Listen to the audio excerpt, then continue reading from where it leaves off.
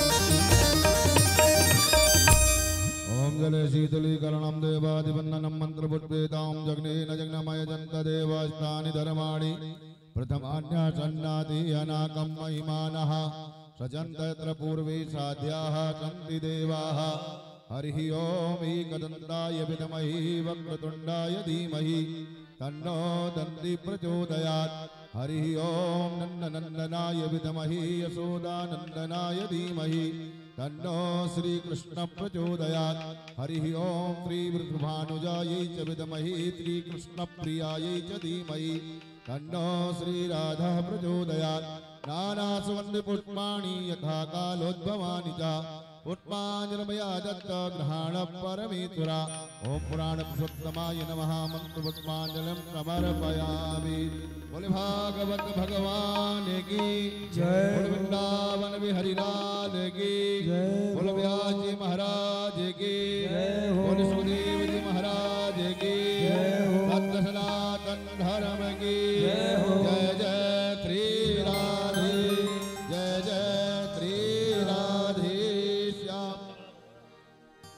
जय श्री राधे।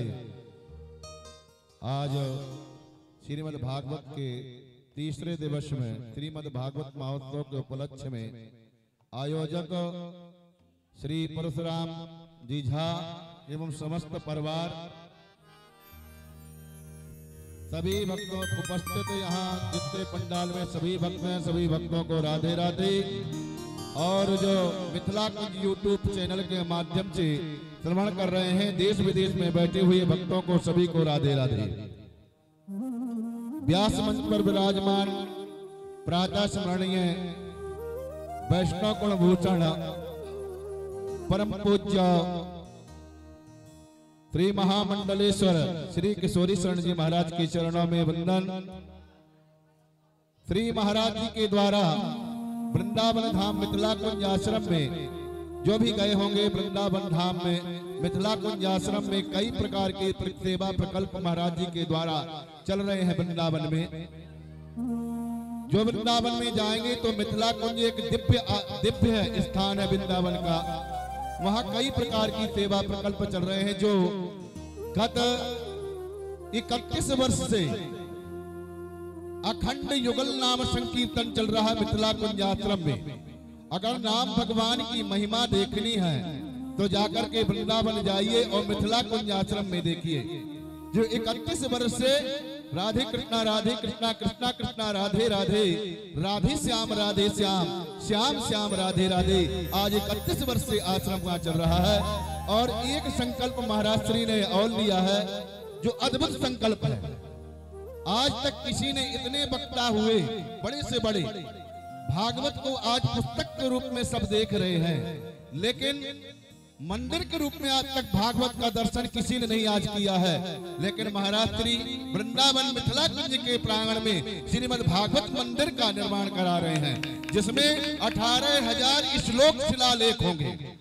ये 18,000 श्लोकों के जो भागवत में 18,000 श्लोक है, आप उस मंदिर में जाकर 18,000 श्लोक के दर्शन कर सकते हैं। ये महाराज श्री के द्वारा अब मंदिर का निर्माण, तो जो भी अष्टायाम में या देखिए सब आपके द्वारा आप सबके सहयोग से ऐसा कार्य हो रहा है। ऐसा नहीं है कि अकेले महाराज जी के संकल्प में सब जुड़िए। तो जो भी कीर्तन कराना चाहे कि चलो हमारे द्वारा भी एक दिन का कीर्तन हो जाए, तो बहुत मात्र कम शुल्क रखा है, सेवा रखी है महाराज श्री ने। एक दिन की सेवा मात्र 15 दिन 1500 रुपए, जिसमें एक दिन की सेवा 1500 रुपए, जिसमें आप एक दिन आप अपने नाम से या अपने पूर्वजों के नाम से या अपने पितरों के नाम से कीर्तन करा सकते हैं। और अपने घर में देखिए कराइएगा कीर्तन, अष्टयाम कीर्तन आप कराते हैं तो कितना खर्चा हो जाता है।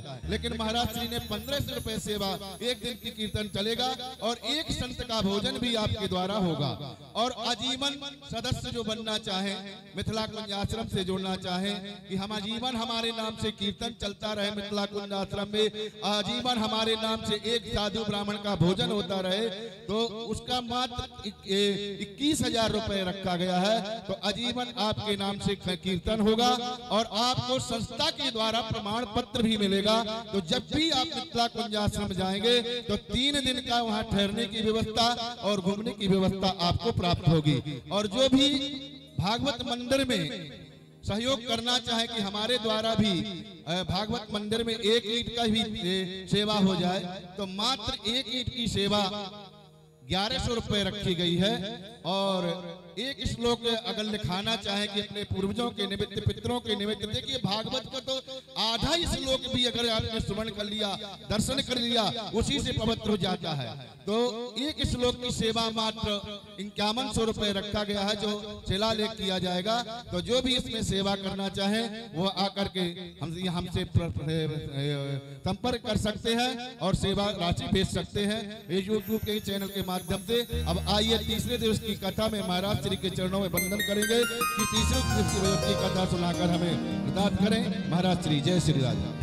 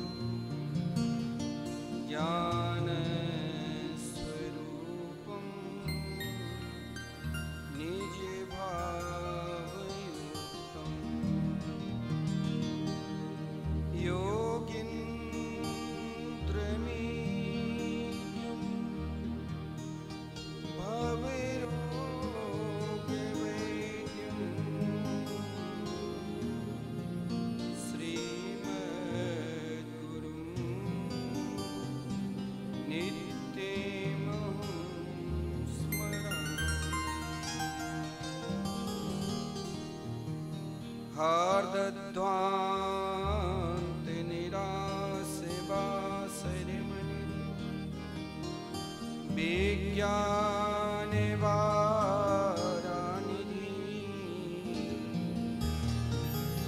भक्ताभीष्ट सहस्रपूरणिविदो चैतन्यचिन्तामणि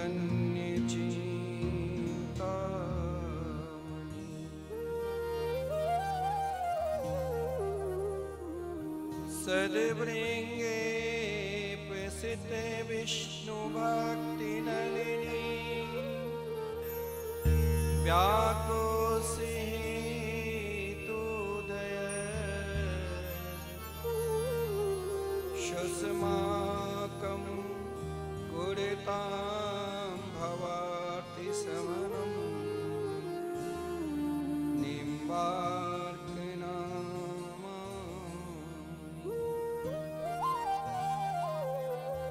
राधां कृष्ण स्वरूपां मे कृष्णं राधा स्वरूपिणं कलात्मानं निकुञ्जस्थं गुरुरूपं सदा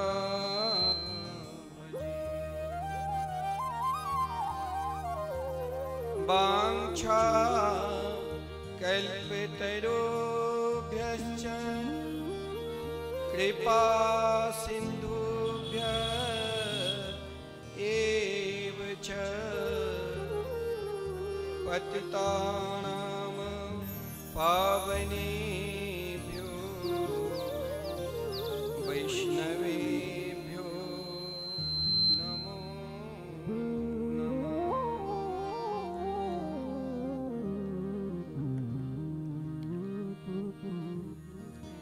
आइए हम सब भाव के साथ 2 मिनट भगवान के मंगल में आनंदमयी संकीर्तन करें। तत्पश्चात कथामृत का रसास्वादन करें। राधे कृष्ण कृष्ण कृष्ण राधे राधे राधे श्याम श्याम श्याम श्याम राधे राधे राधे कृष्ण कृष्ण कृष्ण राधे राधे राधे श्याम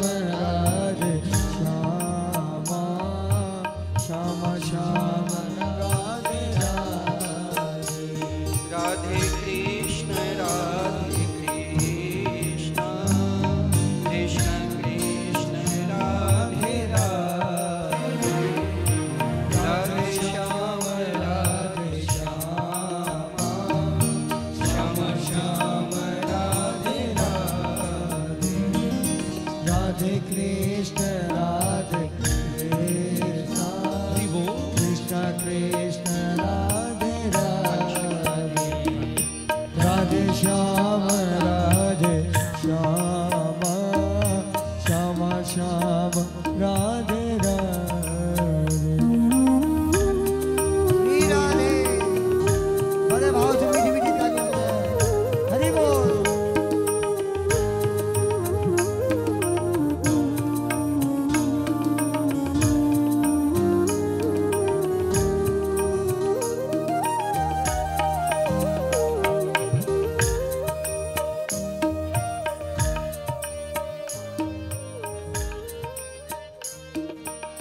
राधे कृष्ण कृष्ण कृष्ण राधे राधे राधे श्याम श्याम श्याम राधे राधे कृष्ण कृष्ण कृष्ण राधे राधे राधे श्याम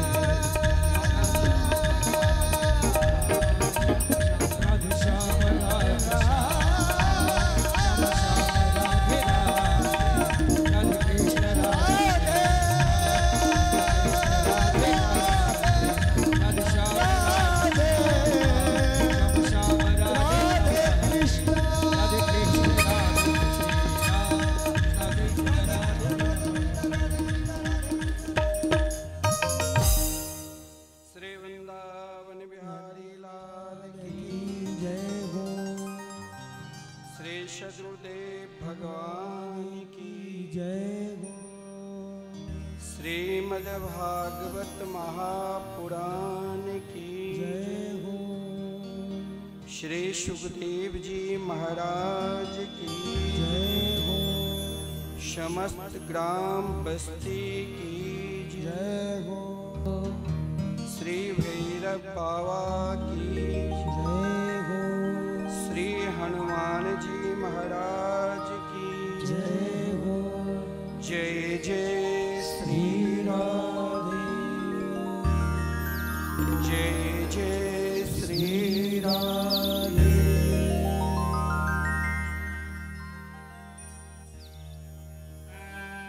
आनंद कंद स्वरूप ब्रज पुरंदर नंदन वैदिक प्रतिपाद्य श्री राधा प्रियकांत श्री श्याम सुंदर के वांगमयी अवतार श्रीमद्भागवत सप्ताह कथा ज्ञान यज्ञ के आज हम सब तीसरे सत्र में प्रवेश करने जा रहे हैं। कल की कथा के प्रसंग में आदरणीय श्रीमान सुखदेव जी महाराज का आगमन हुआ। महाराज परीक्षित अपने जीवन के संपूर्ण आसक्ति को त्याग कर एकमात्र अपने आप को, अपनी मति को परमात्मा के चरणारविंद में समर्पित कर दिया और केवल एक ही जिज्ञासा, केवल एक ही प्रश्न, जो प्रश्न किसी एक व्यक्ति विशेष के माध्यम नहीं है, किसी एक धर्म और पंथ के माध्यम नहीं है, संपूर्ण विश्व के संपूर्ण प्राणी मात्र के लिए प्रश्न है कि जिस किसी को यह मालूम पड़ जाए कि मेरी मौत 7वें दिन होगी, उसे क्या करना चाहिए। सीधा मरणासन व्यक्ति का क्या कर्तव्य है। हम सब भी जो भागवत पंडाल में उपस्थित है और पंडाल से बाहर ध्वनि यंत्र के माध्यम से कथामृत का रसास्वादन कर या मिथिला को यूट्यूब चैनल के माध्यम से कथामृत का रसास्वादन कर रहे हैं, यह चिंतन हम सबके लिए है। महाराज परीक्षित निरंतर केवल एक ही धर्म क्या, एक ही कार्य के कि समाज को हमें तोड़ना नहीं, न पंथ के माध्यम से, न जाति के माध्यम से और न ही धर्म के माध्यम से। हमें संपूर्ण समाज को एक सूत्र में बांधना है और संपूर्ण जीव मात्र को परमात्मा के चरणारविंद में समर्पित करना। किसी व्यक्ति का, क्योंकि आजकल क्या हो गया कि सब केवल अपने स्वार्थ के लिए ही, चाहे जो भी जिस पंथ को मानते हो, जिस धर्म को मानते हो या जिस संप्रदाय को मानते हो, आजकल चाहे तंत्र का बढ़ावा हर धर्म में, हर पंथ में क्यों हो रहा है। लोग परेशान हैं। जहां बाकी में शांति है, जहां बाकी में सुख है, जहां बाकी में आनंद है, ऐसा मैं ये भी नहीं मानता हूं कि लोग नहीं जानते, सब जानते हैं। तंत्र मंत्र किसी का कोई प्रभाव नहीं कर सकता है। अगर जिस घर में नित्य 1 घंटा, आधा घंटा, 10 मिनट भी हरिनाम संकीर्तन हो, महामंत्र कीर्तन हो और सत्संग हो, तो मैं दावा के साथ व्यासपीठ से कह रहा हूं, वहां जो आज टोना में लोग विश्वास करते हैं, तंत्र में विश्वास करते हैं, वहां आपको जाने की जरूरत ही नहीं होगा। भगवान शिव ने देखा कि कलयुग में कहीं पाखंड अधिक न बढ़ने लग जाए, जिस कारण भगवान शिव ने संपूर्ण मंत्रों को अपने अंदर समा लिया था, संपूर्ण तंत्र को कील कर दिया था, रोक दिया था, इसका कोई दुरुपयोग नहीं करे। केवल एक ही मंत्र, केवल एक ही तंत्र और केवल एक ही साधना रहने दिया, जिस साधना का नाम ही है हरिनाम संकीर्तन। श्री रामकृष्ण के मंगलमय नाम। भगवान शिव ने निरंतर जीव मात्र को केवल यही उपदेश दिया कि तुम भी मेरे नाम का स्मरण करो, मेरे प्रभु का नाम का स्मरण करो। हम सब आपस में स्वयं अपने धर्म को, अपने समाज को, अपने पंथ को बांट दें, जिससे जहां भी, जिस अवस्था में, जिस रूप में है, महाराज परीक्षित ने केवल यही प्रश्न किया, जिस प्रश्न को सुनकर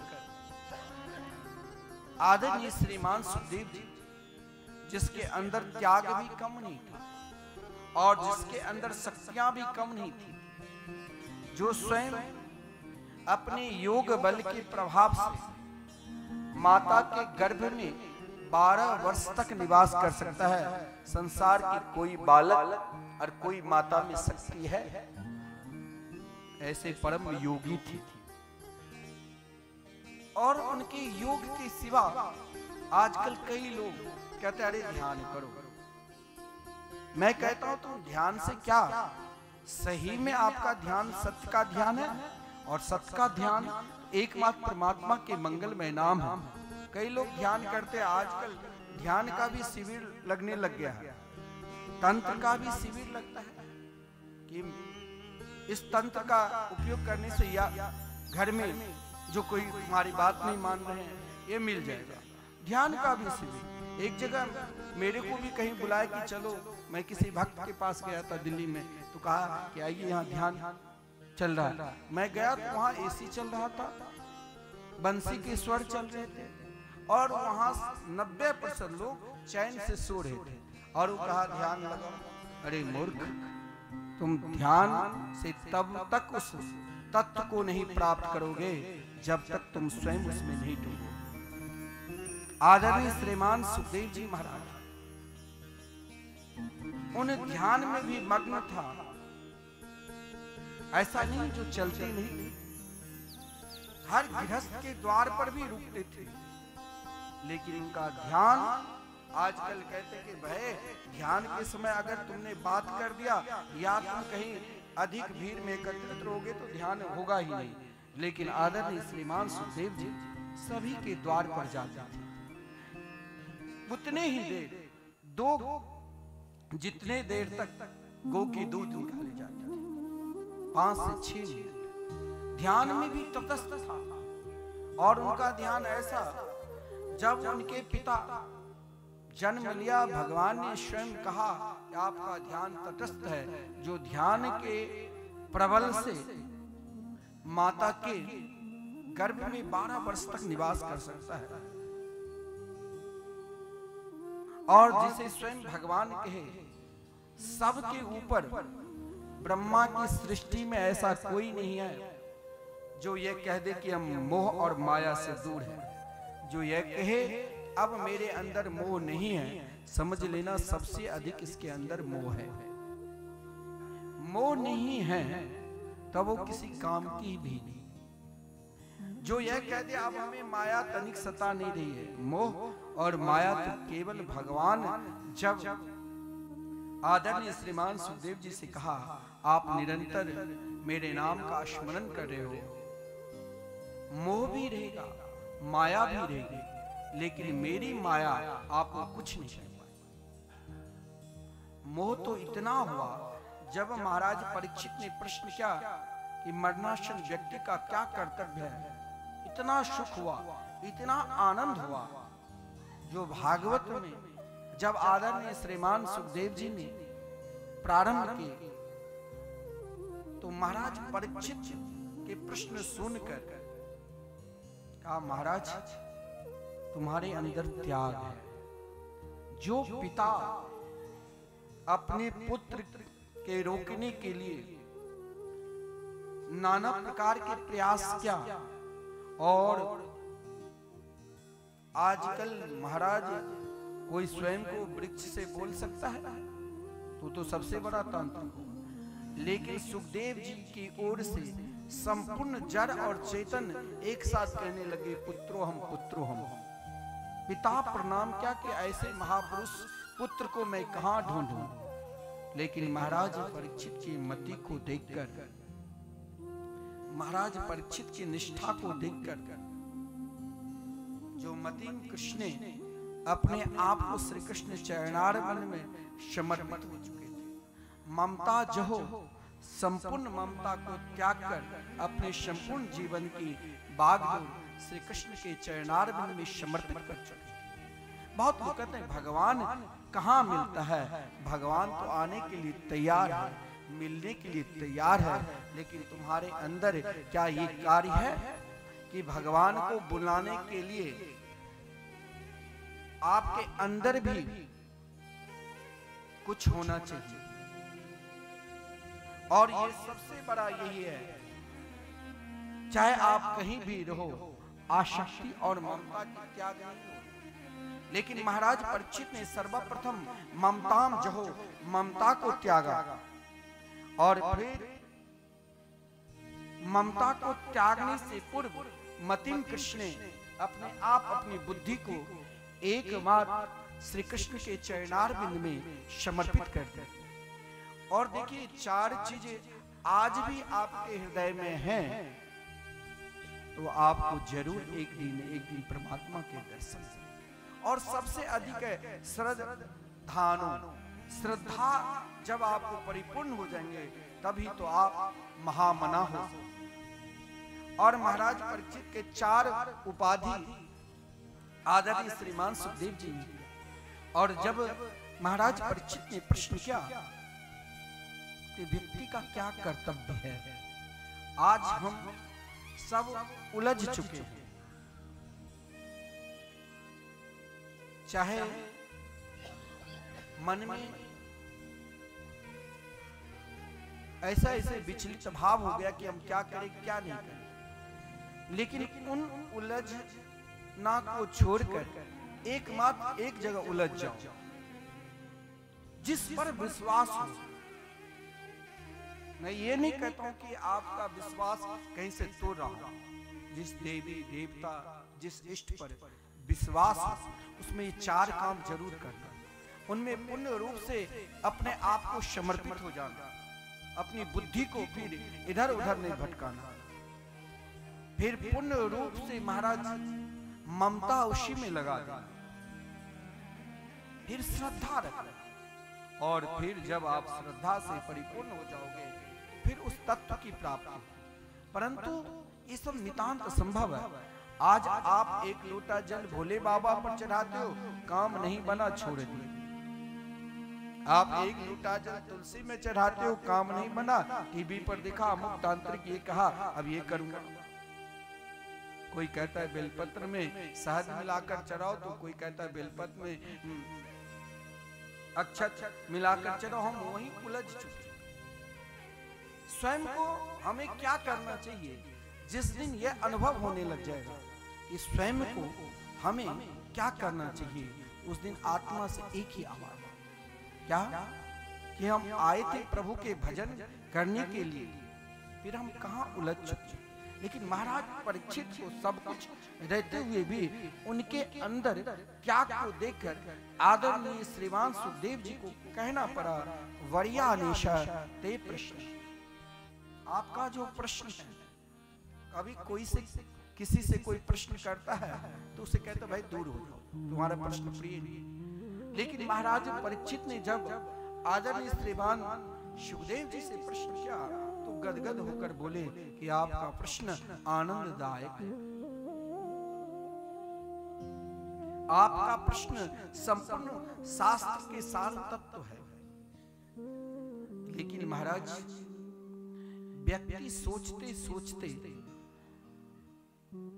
कि क्या करूं क्या नहीं करूं, यही सोचते सोचते समय निकलता जा रहा है। सबके समय निर्धारित है और उन निर्धारित समय में हम अभी तक कहां किस स्तर तक पहुंचे हैं, कहां हम रुके हुए हैं और कहां हम चल रहे हैं, क्या हम बोल रहे हैं और क्या हम मौन हैं, ये अभी तक समझ में नहीं आ रहा। लेकिन आचार्य चरण श्रीमान सुखदेव जी ने कहा कि हम स्वयं को कहां तक जा रहे हैं, तो 3 स्तर पर मान ये ते नक्तम, आधी समय तो सोने में निकाल दिया। मानो आयु के आधी समय, चाहे हम दिन में चाहे रात्रि में, आधी समय सोने में निकाल दिया और जो समय बचा उन आधी समय में कुटुंब भरने नवा, अपना भी पेट भरना है, सगे संबंधी को भी पेट भरना है, मानो धन के उपार्जन में और जवानी सुख में, और अंतिम अवस्था में सब कहते हैं कि भाई अभी बाल्यावस्था में भजन करने की क्या जरूरत, अभी तीर्थाटन करने की क्या जरूरत, युवावस्था में खाओ कूदो मौज मस्ती करो और क्या जरूरत, वृद्धावस्था में भगवत भजन करें। लेकिन भागवत धर्म ये कभी नहीं कहा क्या विश्वास है तो कि हम वृद्धावस्था में ही मरेंगे। जन्म लेने की स्थान तो कई जगह है, लेकिन मरने की स्थान कहीं नहीं है। नर्सिंग हो तो हर जगह मिल जाए, परंतु मरने का कोई स्थान है, कहीं भी मर सकते।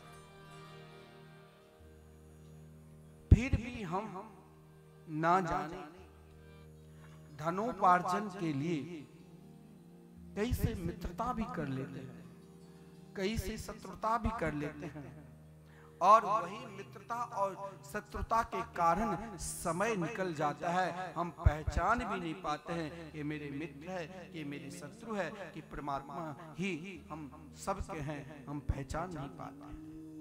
हमारी गति तो उसी प्रकार है जैसे महाराज कोई व्यक्ति है और उनकी इच्छा हुई कि मैं घूमने के लिए जाऊं, घूमते घूमते वो चल दिया समुद्र के किनारे। समुद्र के किनारे जाकर वो बैठा है, सोचा कि समुद्र में स्नान करूं, लेकिन जो ही स्नान करने के लिए प्रवेश किया तो तरंग उठने लगी। अब उन व्यक्ति ने सोचा कि तब ही नहाऊंगा, तब ही स्नान करूंगा जब ये तरंग पूर्ण रूप से बंद हो जाए। सुबह से बैठा हुआ है, कई लोग स्नान किए समुद्र में और चल दिए। वो व्यक्ति जो घूमने के लिए गया था और समुद्र किनारे बैठकर सोच रहा है कि तरंग बंद हो जाए तब ही मैं नहाऊंगा। प्रातः काल से एक महात्मा वहीं पर बैठकर सत्संग कर रहे थे। बोले सब आकर नहाकर चल दिया, ये क्यों बैठा है? उनके निकट आकर पूछा कि भाई आप किस लिए किसी को ढूंढ रहे हो? उसने कहा नहीं। कहाँ घूम रहे हो? बोले मैंने तो संपूर्ण भारत बस घूम कर यहाँ समुद्र किनारे बैठा हूँ, नहाने के लिए आया, स्नान करने के लिए आया। बोले स्नान करने के लिए? तो स्नान करो और चलो। बोले नहीं, जब ये तरंग बंद नहीं हो जाएगी तब तक हम स्नान नहीं करेंगे। महात्मा ने कहा अरे पागल, ये तरंग कभी बंद नहीं होगी, तुम नहाओ और चल दो। कहने के तात्पर्य ये संसार एक प्रकार के समुद्र है। इन संसार में ना जाने कहां की सुंदरता देखने के लिए, किस शहर की सुंदरता देखने के लिए, किस गांव में मिलने के लिए, कौन हमारा अपना है, कौन हमारा पराया है, हम घूमते रहते हैं। और जिसे हमें पकड़ना चाहिए उसे हम छोड़ देते हैं। ये संसार ही एक प्रकार के समुद्र की तरह है। और इस संसार रूपी समुद्र में जैसे असुविधा रूपी तरंग, आप चाहोगे कि हम संपूर्ण गुण से संपन्न बनकर रहे। जब सारी सुख सुविधा हो जाएगी तभी हम और कुछ आगे सोचेंगे। तो ये आपका सोचना नितांत असंभव। ये संसार ही प्रभु ने इस प्रकार बनाया जिसमें हर हमेशा कहीं न कहीं कष्ट भी मिलेगा, कहीं न कहीं सुख भी मिलेगा, क्योंकि संसार ही असुविधा रूपी तरंग से बना है। तुम अपना काम करो। तुम यह विचार कर काम नहीं करो कि भगवान ने गीता में तो स्पष्ट कहा है कि अंत काले च मामेव स्मरन् मुक्त्वा कलेवरम्। अंत समय में एक बार जो मेरे नाम का स्मरण कर लेता है वो मुझे प्राप्त कर लेता है। अभी तो बहुत समय है। अभी हम चलते हैं, फिरते हैं, बोलते हैं, अनेक कार्य भी करते हैं। अभी तो अंत समय है। लेकिन हमारे शास्त्र में कहा गया जीवन का हर घड़ी को अंत समय मानो, हर पल को अंत समय मानो। कब, किस घड़ी, किस समय, किस पल, किस क्षण कब अंत समय आ जाए ये कोई बता ही नहीं सकता है। चलते चलते गिर पड़ोगे, बोलते बोलते गिर पड़ोगे, हंसते हंसते गिर पड़ोगे, रोते रोते गिर पड़ोगे, ये कोई बता ही नहीं सकता। इसीलिए बाल्यापन में ही आदत डाला। आप दिन भर किसी के ऊपर क्रोध करोगे तो रात्रि में स्वप्न में भी आप क्रोध के रूप में अन्य चीज के देखोगे। आप किसी को गाली दोगे तो स्वप्न में वही गाली भी निकलेगी। आप किसी के स्तुति करोगे तो स्वप्न में लगेगा कि मैं भगवान की स्तुति कर रहा हूं। यानी आप जिस प्रकार चिंतन करोगे, मानो कोई इलायची खाता है तो उसके मुख से इलायची का सुगंध, कोई प्याज खाता है तो बहुत देर तक प्याज का सुगंध आता है। जिस प्रकार आदत डालो, आप चाहोगे कि मैं तुरंत मंदिर गया, भगवान की पूजा की और भगवान हमें मिल जाएंगे, ये नितांत असंभव है। आदत डालना पड़ेगा बाल्यापन से ही। बाल्यापन के आदत ही कभी कभी वृद्धावस्था तक बना देता है, मैंपन और मेरापन। इसीलिए भागवत में तो स्पष्ट कहा गया है, कौमार आचरेत प्राज्ञो धर्मान भागवता निह दुर्लभम मानुषम देहम तदप्य ध्रुव मर्त्यदम। बालापन की आदत, बालापन में केवल यही सोचो कि मैं भगवान का हूं और भगवान हमारे। चाहे जिस प्रकार, चाहे जिस चिंतन जैसे हो, चिंतन जैसे बने रहेगा, वही रूप में आपको आना पड़ेगा। ये नहीं जो आपका चिंतन, महाराज जिस प्रकार जैसे आप स्वयं अनुभव करके देख लेना, दिन भर जिस चीज का अधिक सोचोगे रात्रि में वही दिखाई देगा, वही आसपास कहीं न कहीं भटका कर रखे। दिन भर आप भगवान की आराधना करोगे तो रात्रि में भी वही दिखाई देगा। जब तुरंत प्रमाण देता है तो हमें क्या करना चाहिए? भगवान के भजन करना चाहते। अब देखो यहाँ पर आदरणीय श्रीमान सुखदेव जी सबसे अधिक सरलता भक्ति मार्ग को बताता है। भक्ति मार्ग में हो सकता है आपको कोई भटका दे, हो सकता है आपको महाराज हमें वजन उठाने की शक्ति 10 किलो है और कोई हमें कह दे कि भाई तुम 100 किलो उठाओ तो हम चल भी नहीं पाएंगे। वजन आपको कोई डाल सकता है, ये करोगे तभी भगवान मिलेगा, लेकिन भगवान तो इतनी सरलता और सुगमता से मिलते हैं। केवल आपको अपने जीवन में 3 उपाय करना पड़ेगा और बहुत सरल है, सुगम, और इन 3 उपाय से आप जिस रूप को ध्यान कर रहे हो, जिस रूप को पूजा कर रहे हो, जिस रूप में आपका पूर्ण रूप से निष्ठा है, एक महात्मा जो कोई साधारण महात्मा नहीं, स्वयं राधा रानी के करार बिंद पर रहने वाले लीला सुख, लीला सुकोयम वृषभान जाया पवित्र चंचु प्रिय चुंबनेन एकांतिको नन्य रहस्य पाठी गोलोक प्रसादा सदा निवास। हो सकता है हम कोई महात्मा को पहचाने ना पहचाने, लेकिन भगवान स्वयं संसार के कोई ऐसे संत को नहीं, स्वयं गोलोक धाम में रास राजेश्वरी राधा रानी के करार बिंद पर रहने वाले लीला सुख, स्वयं श्री कृष्ण ही सुख के रूप में और स्वयं भोलेनाथ श्री सुख के रूप में। तो यहां कल्याणार्थ के लिए भक्ति शास्त्र में परमात्मा की प्राप्ति सबसे अधिक सुगम और सरल है, अन्य किसी शास्त्र में है ही नहीं।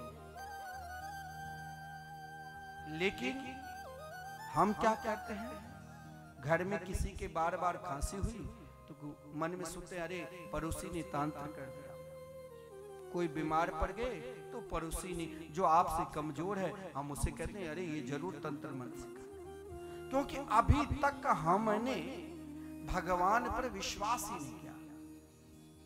आप प्रातः काल उठकर जिनकी उपासना करकर, जिनकी आराधना करकर, जिनके चिंतन करते हो, उनके चिंतन के कारण आप उन पे क्यों नहीं विश्वास करते? आदरणीय श्रीमान सुखदेव जी ने तो भक्ति मार्ग की सरलता और सुगमता में ला दी।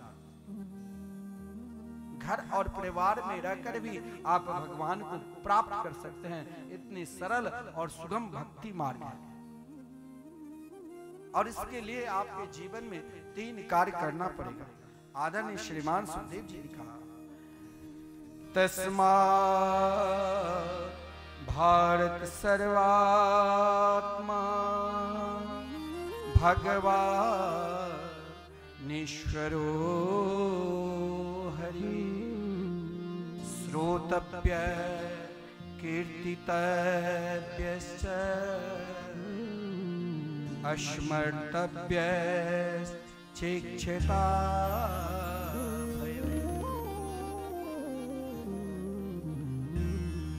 ऐसा कोई भी प्राणी नहीं है जो प्राणी भगवान के चिंतन नहीं करता। तो सर्वप्रथम कल्याणार्थ के लिए भगवान जिसे आप अपना इष्ट मान रखे हो, उनकी लीला 3 स्थान श्रेष्ठ कह दिया है। श्रोतव्य, आप असमर्थ हो, पूजा नहीं कर सकते हो, कोई पूजा किया है उनके निकट बैठकर पूछो आपने कैसे आराधना की, उन्हें श्रवण करो, परमात्मा ने कौन सी लीला की जिसमें आपका मन लग जाए, उनकी श्रवण करते रहो। हो सकता है एक कार्य करने से मन नहीं लगता है तो कुछ और आगे बढ़ जाओ, कीर्तन करो, जहां जिस रूप में जिस ओर जिनके चिंतन से, जिनके कीर्तन से आपको लगता है इनके स्मरण मात्र से मेरे अंतःकरण में प्रसन्नता हो रही है, उनकी कीर्तन निरंतर करते रहो। और स्मरण का भी भाव यह है कि इस घर का संपूर्ण कार्य छोड़ दूं और झोली माला लेकर बैठ जाऊं, ये कोई स्मरण की प्रक्रिया नहीं। स्मरण की प्रक्रिया, स्मरण की चिंतन ऐसा करो, ऐसा करते चलो, आगे बढ़ो, और उसमें ये न सोचो कि कब वो दर्शन देंगे कब नहीं देंगे, कि हर भाव में, जैसे ब्रजांगनाएं, ब्रज की गोपिकाएं बच्चे को दूध भी पिलाती थी, उसमें भी श्री कृष्ण को देखती थी, झाड़ू भी लगाती थी, उसमें भी श्री कृष्ण। एक बार क्या हुआ, तो देवर्षि नारद जी बीना को बजाते हुए, हरि गुण गाते हुए वृंदावन आए। वृंदावन में आकर यमुना किनारे पहुंचे तो वहां पर यमुना किनारे देखा हजारों लाखों स्त्रियां नेत्र बंद करके ध्यान कर रही।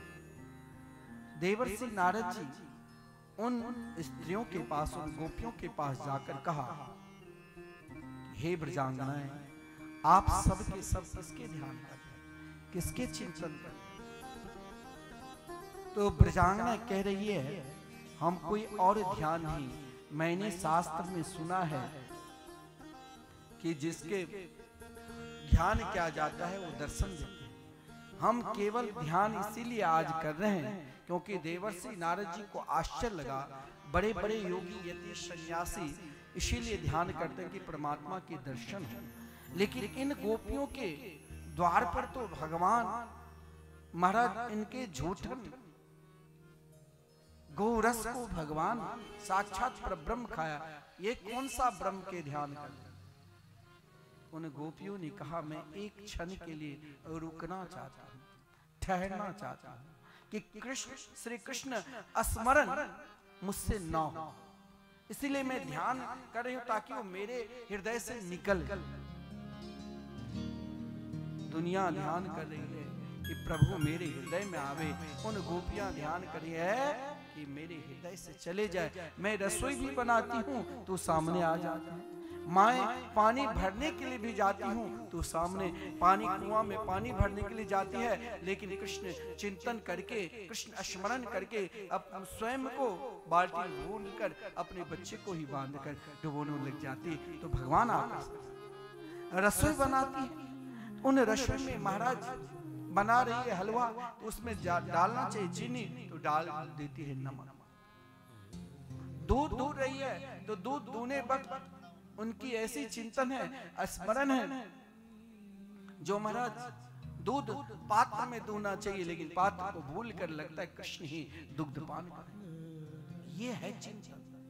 हमारे शास्त्र में ये कहा गया है कि 3 कार्य में से एक भी कार्य आपके हृदय में बैठा है तो दुनिया की कोई भी शक्ति, कोई भी तंत्र मंत्र आपके ऊपर कोई प्रभाव नहीं कर सकता है। केवल अपने जीवन में भगवान की कथा, भगवान के कीर्तन और भगवान का स्मरण करने लग जाओ, इन तीनों का आश्रित हो जाओ, इन तीनों में पूर्ण रूप से विश्वास, पूर्ण रूप से संबंध और पूर्ण रूप से समर्पित हो जाओ कि ये जो ब्रज के नंदलाला है, जो राधा रानी के प्रिय सवारियां, अगर आप इन तीनों में समर्पित कहीं से भी है तो आपके संपूर्ण दुख को नष्ट करने वाले, संपूर्ण दुख को तत्काल नष्ट कर देंगे। केवल आपको इन तीनों में से एक का सहारा लेना पड़ेगा।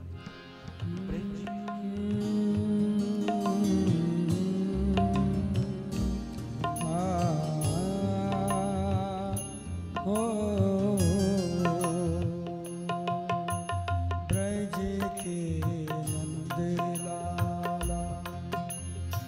राधा जी के सावरिया, ब्रज के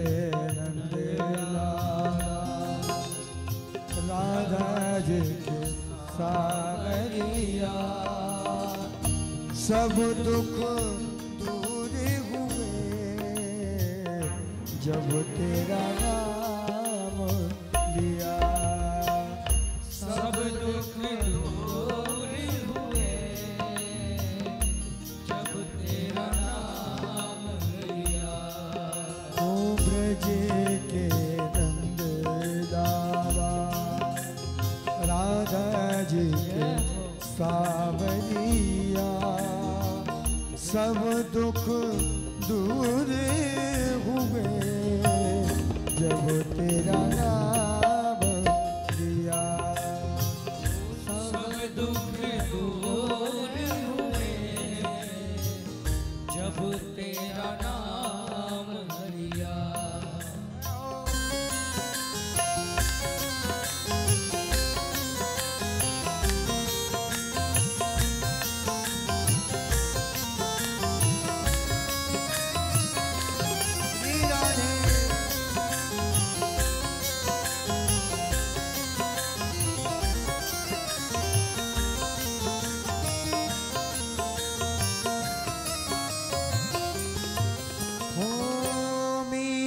पुकार तुम्हें गिरधर गोपाला।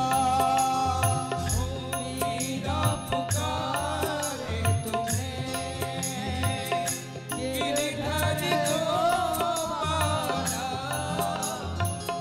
बन गया अमृत में विष का भरा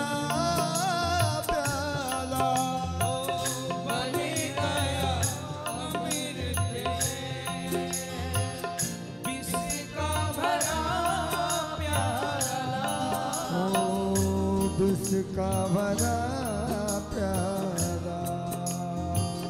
विष का भरा प्याला।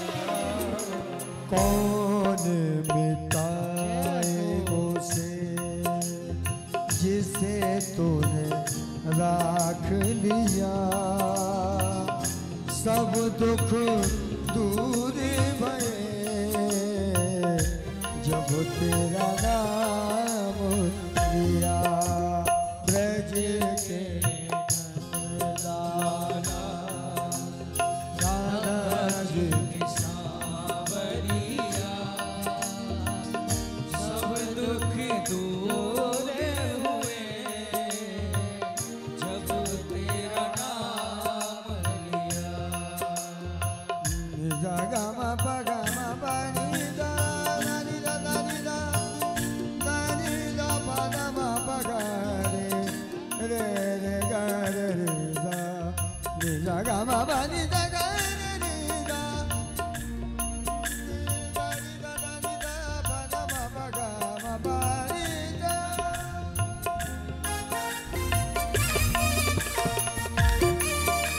बड़े भाव से मीठी मीठी तालियां हरि बोल।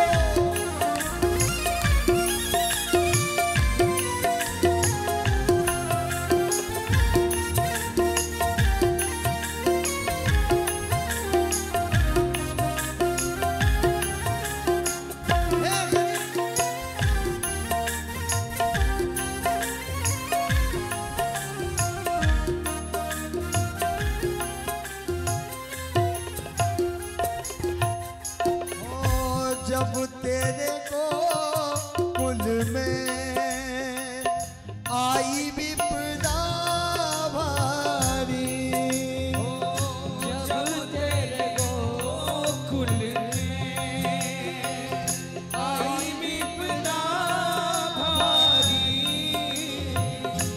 एक इशारे पे सारी विपदा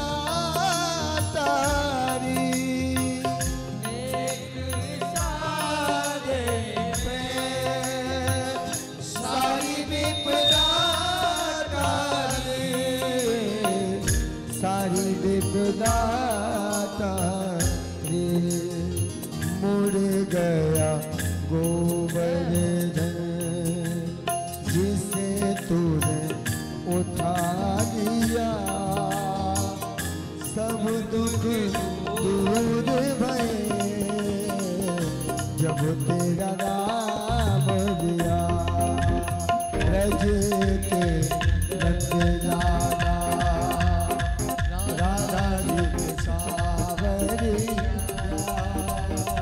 सब दुख दूर हुए जब तेरा नाम लिया। रज के राधा जी के सावरिया, सब दुख दूर हुए जब तेरा नाम लिया। राधे कृष्णा कृष्णा कृष्णा राधे राधे, राधे श्यामा श्यामा श्यामा श्यामा राधे राधे, राधे कृष्णा कृष्णा राधे राधे, राधे श्यामा श्यामा श्यामा राधे राधे, राधे कृष्णा कृष्णा कृष्णा राधे राधे, राधे श्यामा श्यामा श्यामा राधे राधे, राधे कृष्णा कृष्णा कृष्णा राधे राधे, राधे श्यामा श्यामा राधे राधे, राधे कृष्णा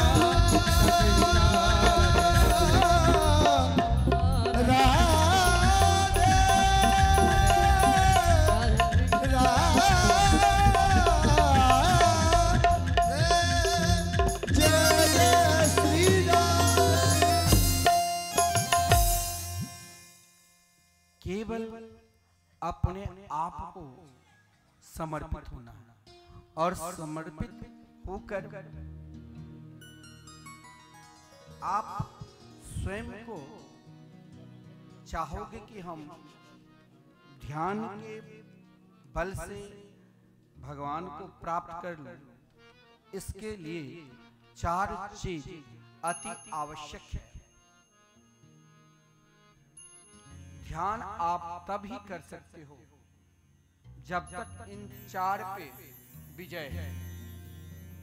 जितासनो जिते श्वासो जिति संगो जिचेन्द्रिय अस्थूले भगवतो रूपे मन संधार ये ध्यान। आप किसी के पास जाओ और वो आपसे कहे आप भगवान की भक्ति छोड़ दो और हम मेरे पास ऐसी शक्ति है जो जिस शक्ति के बदौलत मैं तुम्हें धन भी दे सकता हूँ, शांति भी प्रदान कर सकता हूँ और जो भी इच्छा है, जो भी कामना है वो भी दे सकता हूँ। उनके अंदर यह भाव देखना कि इसके अंदर इन 4 चीज पर विश्वास है। स्वयं उनको सहारा चाहिए। पहला तो जितासन, सांस, संग और इंद्रिय तो बाद में है। क्या उनके अपने आप को आसन पर विश्वास है? कई लोग ऐसा है जो पहले सारी सुख सुविधा देखने के लिए उनके व्यक्ति आते हैं, ऐसी लगा है कि भाई खूब भगत जगत है तभी वो आते हैं। एक जगह एक सज्जन है, उसे कथा करवाना, उसने जिस व्यास जी से बात किया वो बहुत बड़े व्यास थे, वो गई कथा करने के लिए। तो उससे 2-4-10 दिन पहले उनके आदमी आया कि यहाँ भीड़ होगी कि नहीं। उसने कहा महाराज भीड़ कुछ नहीं होगी, आप बंद कर दो। क्योंकि स्वयं को उनको अपने आप पर विश्वास था नहीं। जब तक आप स्वयं अपने आप पर विश्वास तभी होगा जो सर्वश्रेष्ठ क्या है। कोई कहे हम श्वास पर विजय श्री प्राप्त कर ली, कोई कहे हम मेरे ऊपर संग का विजय है, कोई के इंद्रियों पर विजय है। तो उससे पहले यह देखना इसके अपने आसन पर विजय है कि नहीं। आसन को जीतना भी एक प्रकार के ध्यान। अस्वस्थ के कारण किसी के महाराज ऐसा वातावरण इस प्रकार बन चुका है, अस्वस्थ के कारण किसी के घुटने में दर्द, किसी के कमर में दर्द, समस्या के कारण, क्योंकि बाल्यापन से ही आसन को जीतना भी अति आवश्यक है। ऐसे ऐसे महापुरुष हैं, ऐसे व्यक्ति हैं जो 10-10 घंटे एक आसन पर बैठकर प्रभु का ध्यान करते हैं और आसन सिद्ध हो चुका है, तो महाराज वही श्वास को रोक सकता है। अनुलोम विलोम कपाल भाती तो सब करते हैं, लेकिन उन कपाल भाती, उन श्वास को रोककर कुछ ही देर के बाद समय पर चैन नहीं मिलता तो क्रोध में आकर आग की तरह हो जाता है। उनकी कार्य की पूर्ति नहीं होती है तो आग की तरह क्रोधी हो जाता है। समझ लेना, ना इसके योग पर विजय है और ना इसे आसन पर विजय। दुकान तो सब लगा कर रखे, पूंजी सबके पास है, लेकिन ग्राहक तो वहीं प्रवेश करता है जहां उनका मन है। उद्यम करना चाहिए, ऐसा नहीं जो उद्यम नहीं करना चाहिए, परिश्रम करना चाहिए। मार्केट में हजारों दुकान सब बैठे, लेकिन कुछ ना कुछ सबका कार्य चलता है। आसन का प्रयास करना चाहिए और श्वास पर तभी विजय से, और जब इन 4 पर विजय श्री होगी तभी आपका ध्यान श्रेष्ठ होगा। आज के समय में कौन इन 4 पर विजय कर सकता है? आसन को कोई जीत भी ले, श्वास पर विजय प्राप्त भी कर ले, तो क्या संग पर कर सकता है? जैसे संग करोगे कहते वैसे ही रंग चढ़ेगा। सत्संगी के संग करोगे तो सत्संगी बनोगे, दुष्ट के संग करोगे तो दुष्ट बनोगे, सज्जन के संग करोगे तो सज्जन बनोगे। संग केवल व्यवहारिक ही नहीं कहा, संग एक अंदर का भी है, और हमारे अंदर उन प्रबल शत्रु का संग है जिस पर विजय श्री प्राप्त करना कोई बिरले ही ऐसा महापुरुष है। काम अनेक प्रकार की, इच्छा अनेक प्रकार की, विद्या की इच्छा, रूप की इच्छा, बड़े कुल की इच्छा, धन की इच्छा, प्रभुता की इच्छा तो अनेक प्रकार की, वो भी एक संग है।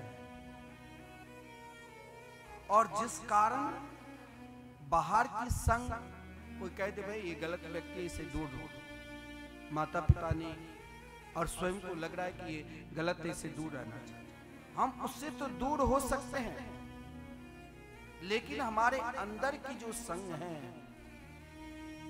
काम, इच्छा की पूर्ति नहीं हुई, इच्छा समय पर नहीं मिला, तो क्रोध में पता नहीं चलता ये मेरा है कि ये पराया है, क्रोध आ जाता है। और उससे भी प्रबल मित्र है लोभ।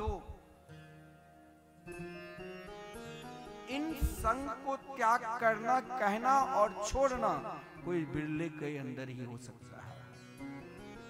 यह भी मोह है, यह भी माया है। और तब ही चौथा जो प्रक्रिया है, उन संग के बाद आप अपने मन पर, आप अपने इंद्रियों पर, क्योंकि इंद्रियां, हाथ अपनी ओर आकर्षण, कान अपनी ओर आकर्षण, आंख अपनी ओर आकर्षण, जीवा अपनी ओर आकर्षण, सब अपनी अपनी शक्ति लगाकर मेरे संग। परंतु यहां भागवत स्पष्ट रूप से कहा, और आदरणीय श्रीमान सुखदेव जी ने यहां तक कहा, कली काल में इन 4 गुण जिसमें परिपूर्ण हो, वही महाराज उस तत्व को ध्यान कर सकता है। आजकल तो अनेक गुरु भी मिल जाए, कि आप ध्यान करो, शिव चर्चा करो, लेकिन उनके अंदर भी वो तत्व है, उस शिव तत्व को वो पहचान सकता है। बड़े बड़े योगी यति सन्यासी को भी वहां तक प्रवेश के लिए अनेक बार आना पड़ता है, अनेक बार जाना पड़ता है। वहां तो विशुद्ध, वहां विशुद्ध प्रेम है। लेकिन आदरणीय श्रीमान सुखदेव जी बहुत सरल और सुगम कर दिया है। इन सद्यो मुक्ति, इन कर्म मुक्ति के ओर बढ़ोगे तो परमात्मा के अनेक विराट स्वरूप है, अनेक लोक लोकांतर है, उन स्वरूप में ही रह जाओ। एक स्वरूप को हृदय में बैठा लो और उनके चिंतन करने लग जाओ, उनके स्मरण करो, उनके गीत गाओ, उनके पुकार करो। बोले इससे ही अभी तक में आपने परमात्मा से मिलने के लिए इतने असमर्थ दिखा दिया जो वहां तक कोई बिरले ही पहुंच सकते हैं। लेकिन आदरणीय श्रीमान सुखदेव जी ने कहा, महाराज परीक्षित, एतन निर्विद्यमानानाम मिक्षिता मा कुतो भयम योगी नाम नृपनिर्णितम हरे नामानु कीर्तनम। सब कुछ को छोड़कर सरलता में ला दिया, सुगमता में ला दिया। अब आप कह रहे हो कि हम भगवान के भक्त हैं, लेकिन आपके अंदर इतनी सरल और सुगमता भाव है, तभी आप भगवान के भक्त हैं। ये तो भगवान भी देख रहे हैं, ठीक है। नाटक की अभिनय करते करते करते करते कोई ऐसा भी है जो अभिनय में डूब जाता है, और कोई ऐसा भी है तो मेरा नाटक है, पर्दा फिर गिरा तो फिर वैसे के वैसे। लेकिन एक कार्य यदि आपके अंदर है तो स्वयं उन योगियों का सिद्धांत है जिसने इन चारों का अनुभव कर चुका। आसन पर विजय है, श्वास पर विजय है, संग पर विजय है, और अपनी इंद्रियों पर विजय है। ऐसे परम हंसों की सिद्धांत है कि हरे नामानु कीर्तनम। चाहे आप घर में रहो, चाहे आप परिवार में रहो, चाहे आप जैसे जिस स्थिति में रहो, भगवान की केवल एकमात्र पुकार करो। पुकार से ही परमात्मा मिलता है। चाहे वो किसी धर्म है, चाहे वो सनातन धर्म है, हिंदू धर्म है, चाहे वो मुस्लिम धर्म है, चाहे ईसाई में है, चाहे सिख में, सब में पुकार है। जितने अधिक आवाज लगाओ, आवाज ये नहीं है कि हम जोर जोर से चिल्ला रहे हैं, अपने आप में, अपने अंतःकरण से, जिस भाव से, जहां तक, जिस स्तर तक पुकारोगे वो दौड़े चले आएंगे। वो तो इतने दयालु है। जो भगवान विट्ठलनाथ महाराष्ट्र बहुत बड़े मंदिर श्री कृष्ण जी, उनके मंदिर में आज श्री कृष्ण जन्मोत्सव था तो बहुत भीड़ थी। भक्त पुंडरीक को कहा, मित्रगण चलो मंदिर में आज दर्शन करने।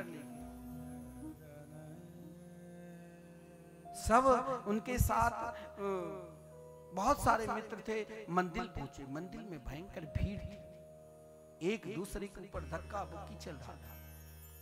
किसी के जेब काट लिया, किसी के चेन काट लिया। लेकिन भक्त पुंडरीक ने कहा कि मुझे कहीं जाना ही नहीं, मेरे घर में तो मेरे इष्ट है। बोले कौन सा इष्ट? बोले विट्ठलनाथ। बोले मुझे भी दर्शन कराओ।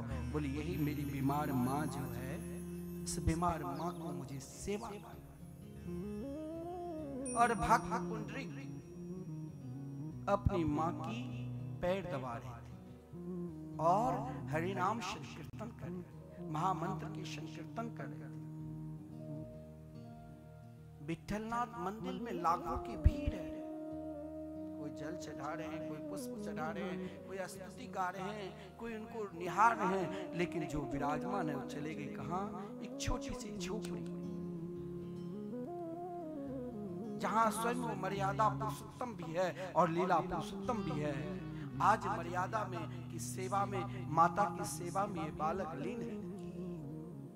कई देर तक प्रतीक्षा की, थक गए भगवान, अरे पुंडरीक जरा मेरे ओर भी देखो, अब ये कमर में दर्द।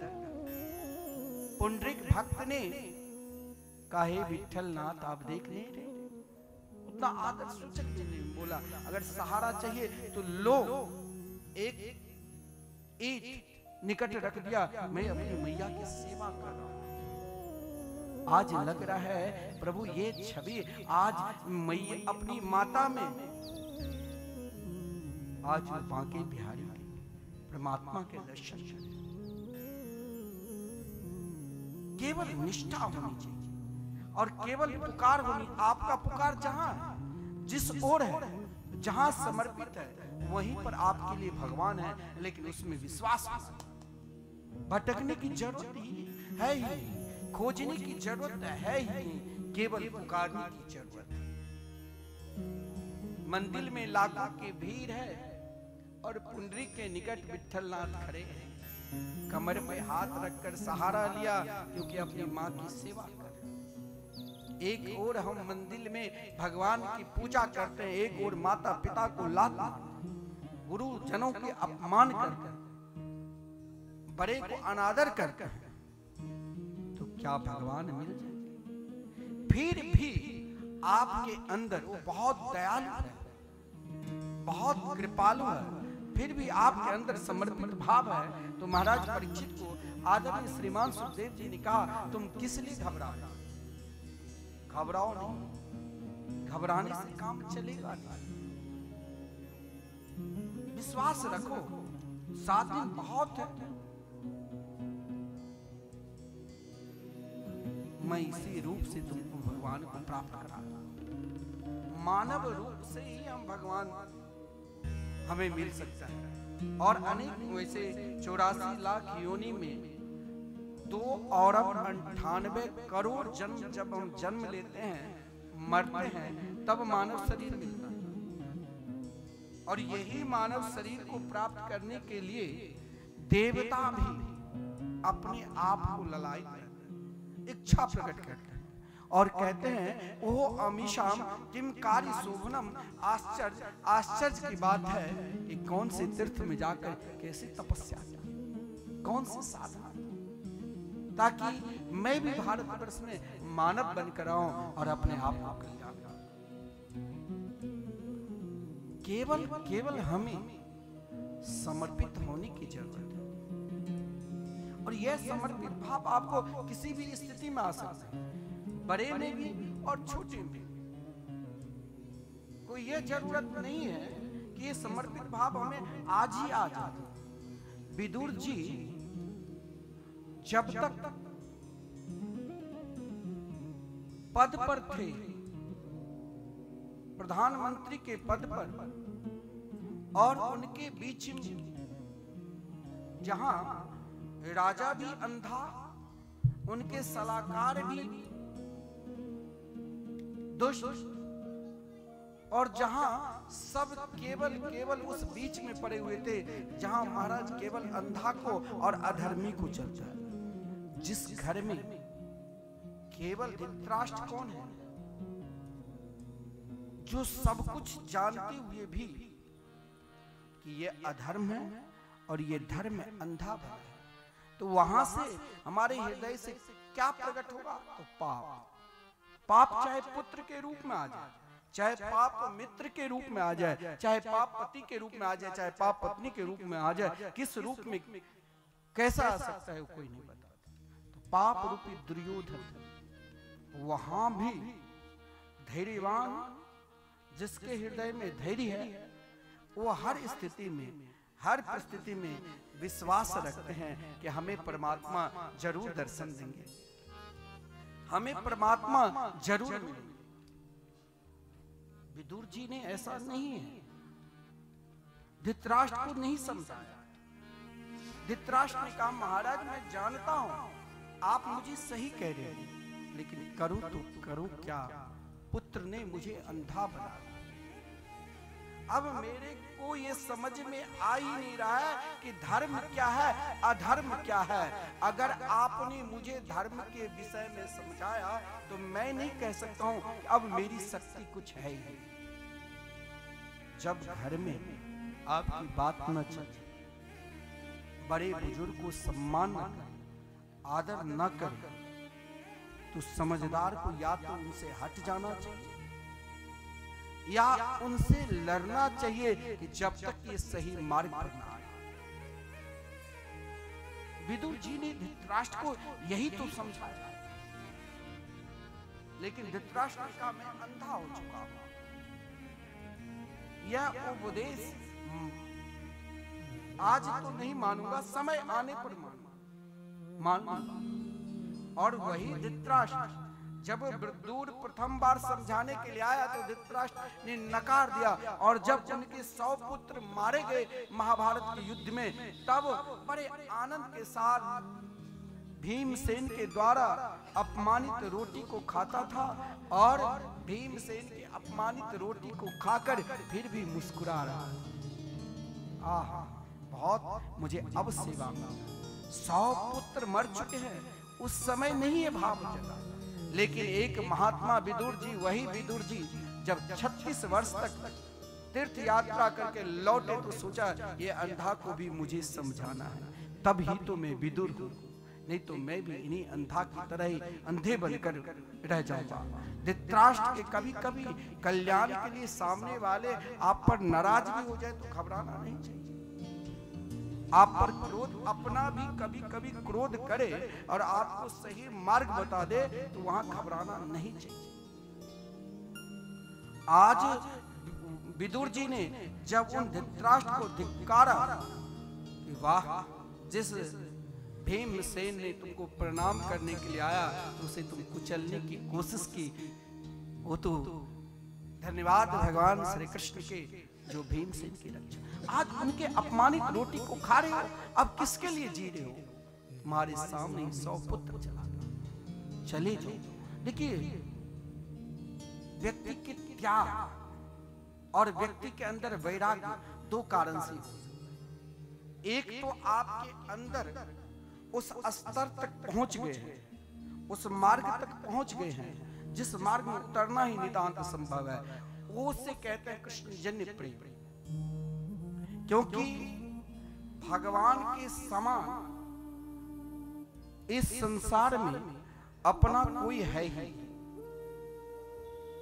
ये कृष्ण जन्य प्रेम है। भगवान के समान कोई अपना है ही नहीं। गोस्वामी तुलसीदास जी वर्णन किए हैं, उमा राम समेत जग माही, गुरु पितु मातु बंधु प्रभु नाही।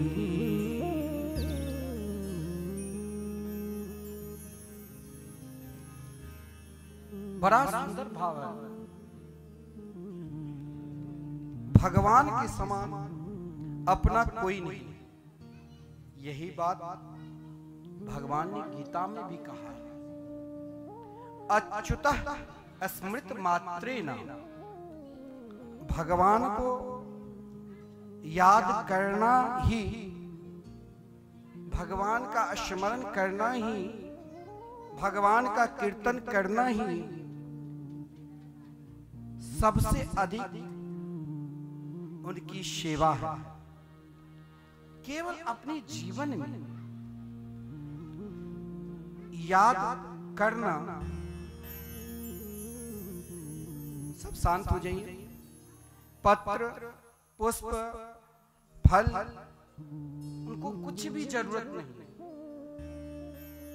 केवल याद करो।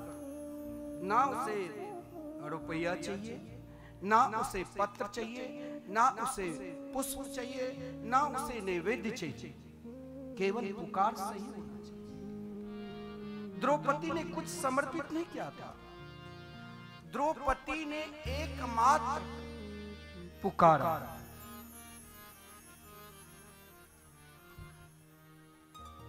और जब पुकारा तो भगवान उस समय द्रौपदी की क्या जरूरत थी?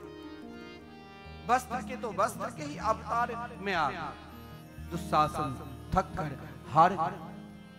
तो ये कृष्ण जन्य वैराग्य वो तो कोई बिरले की होता है, लेकिन एक वैराग ऐसा भी है धक्का वाली वैराग, इसे धक्का वाली वैराग कहा गया। कोई धक्का दे उससे भी वैराग्य हो जाता।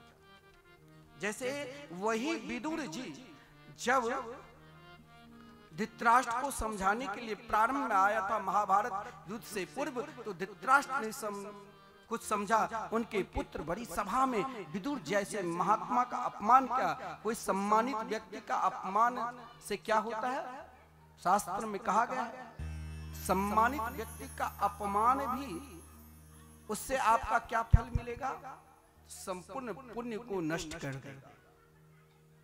रावण ने विभीषण का अपमान किया तो नष्ट हो गया, और इधर कौरव ने, दुर्योधन ने विदुर जी जैसे महात्मा का अपमान किया तो सह निर्गतः कौरव पुण्य लब्ध, संपूर्ण पुण्य को नष्ट करके विदुर जी एक कदली के वन में, केला के वन में अपनी पत्नी के साथ श्री कृष्ण के याद में स्मरण में मग्न थे। देखिए महात्मा वही है जो समय के अनुसार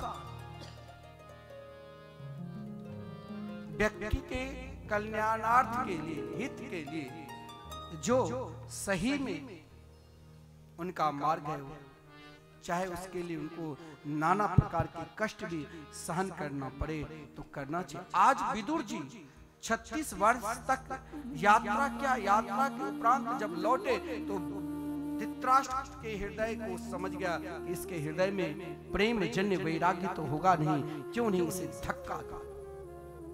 कभी कभी धक्का देकर जिस पुत्र के लिए ना जाने आप स्वयं भोजन नहीं करके उनको पढ़ाया लिखाया, और जब वो कभी आज आपको सम्मान नहीं कर रहे हैं तब धक्का लगता है कि इससे बढ़िया तो महाराज इससे दूर हो जाऊं, भजन करूं। और जिससे आपने निरंतर अपना बनाकर वात्सल प्रेम दिया और वो आपका सम्मान न करे तब भी धक्का लगता है, वैराग्य होता है।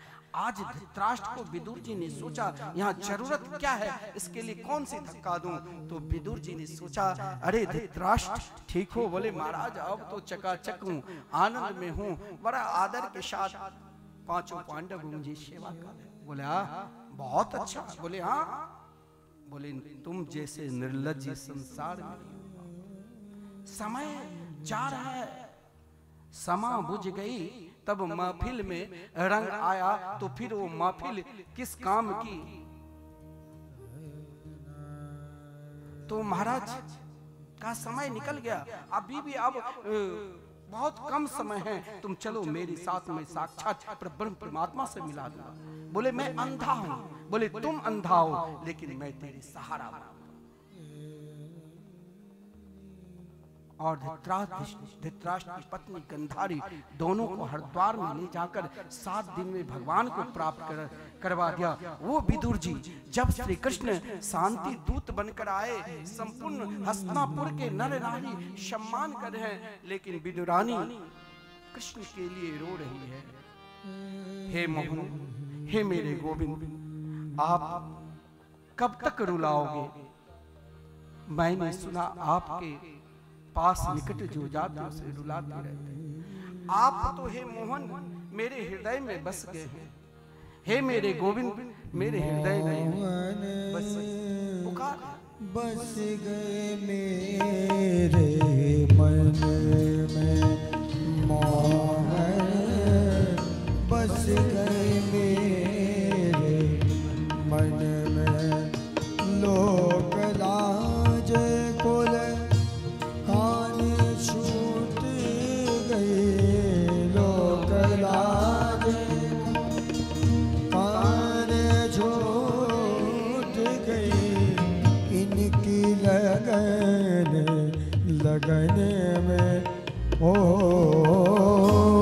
इनकी लगन लगन में मोहन, बस गए मेरे मन में मोहन, बस गए मेरे। पानी सारे गा सारे मामा गा रे सारे गा सारे, नी दा बाबा नी दा नी सा।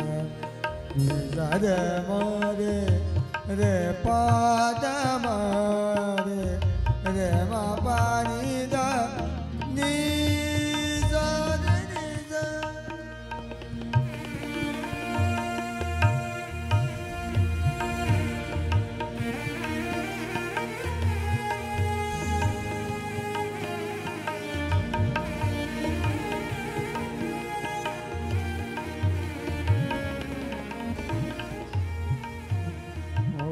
जित देखूं तित ही यही दिखे, जित देखूं तित ही यही दिखे, घर बाहर आंगन में ओ,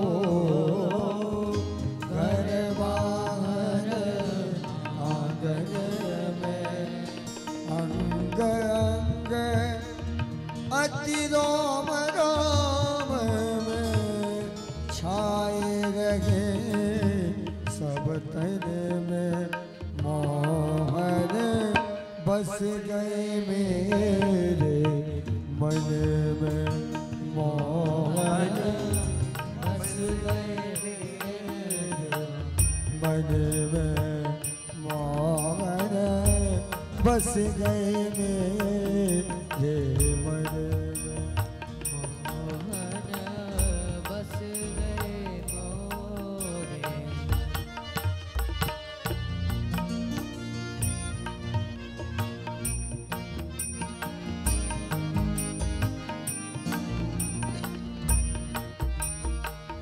कुंडल झलक कपोलन सोगे, कुंडल झलक कपोलन सोगे, बाजू बंद मुंजरे में ओ, बाजू बंद मुंजरे,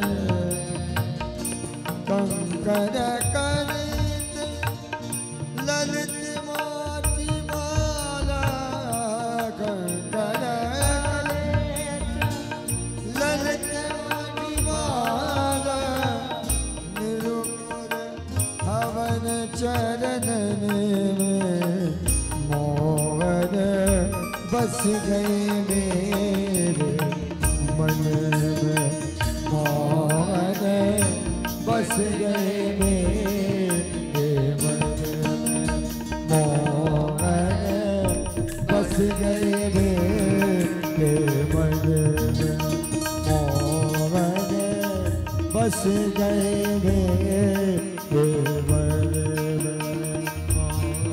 राधे कृष्णा कृष्णा कृष्णा राधे राधे, राधे श्यामा श्यामा श्यामा श्यामा राधे राधे। जय जय श्री राम। केवल केवल बसाने की जरूरत है। अब किस स्थिति में? जब तक प्रधानमंत्री के पद पर थे नहीं मिले, संपूर्ण त्याग कर कदली वन में रहकर और महाराज कृष्ण की याद में व्याकुल होकर पुकार रही थी, हे श्याम सुंदर कब मुझे दर्शन दोगे, कब रुलाओगे? जिसके हृदय में एकमात्र श्री कृष्ण के सिवा कुछ नहीं। इधर पुकार रही है, इधर हस्तिनापुर के नर नारी स्वागत भी किया, सम्मान भी किया, दुर्योधन से भी मिले, लेकिन दुर्योधन को भगवान बहुत समझाया, लेकिन कभी कभी जब पाप अधिक बढ़ जाता है तो कोई भगवान भी आकर समझाए तो व्यक्ति नहीं समझ पाता है। दुर्योधन नहीं समझा। धृतराष्ट्र ने भगवान से कहा कि दोपहर हो चुके हैं, चलिए अब आपके लिए 56 प्रकार के व्यंजन तैयार है। लेकिन भगवान ने कहा कि दो ही स्थिति में भोजन किया जाता है, या तो भूख लगी हो और या प्रेम हो। ना आपके अंदर, ना मेरे अंदर भूख लगी है और ना आपके अंदर प्रेम है। और भगवान ने कहा मुझे भोजन करना भी है, लेकिन किसके द्वार पर? विदुरानी, जो महाराज पुकार रही थी, हे मेरे गोविंद, हे मेरे गोपाल, मुझे कब दर्शन? जिसके हृदय में दुनिया की कोई भी कार्य नहीं बसा है, एकमात्र श्याम सुंदर बसे। और जब श्री कृष्ण ने दरवाजा खटखटाया तो विदुरानी खोली तो देखा श्री कृष्ण।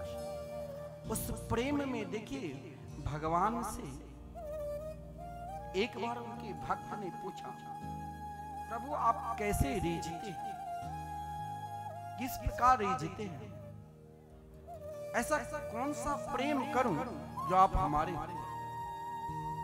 और यही प्रश्न उद्धव जी ने भी भगवान से पूछा, तो भगवान ने यही कहा कि दो, चाहे आप 56 प्रकार के व्यंजन खिला दो, आप चाहोगे कि भगवान प्रसन्न हो जाए, आपका भाव सही होना चाहिए। अगर भगवान को खाना होता तो दुर्योधन के यहाँ भी खाते, वहां द्रोणाचार्य भी थे, उनके भी घर चले जाते, वहां भीष्म पितामह भी थे, उनके भी निकट चले जाते, लेकिन भगवान क्यों गए विदुरानी के घर।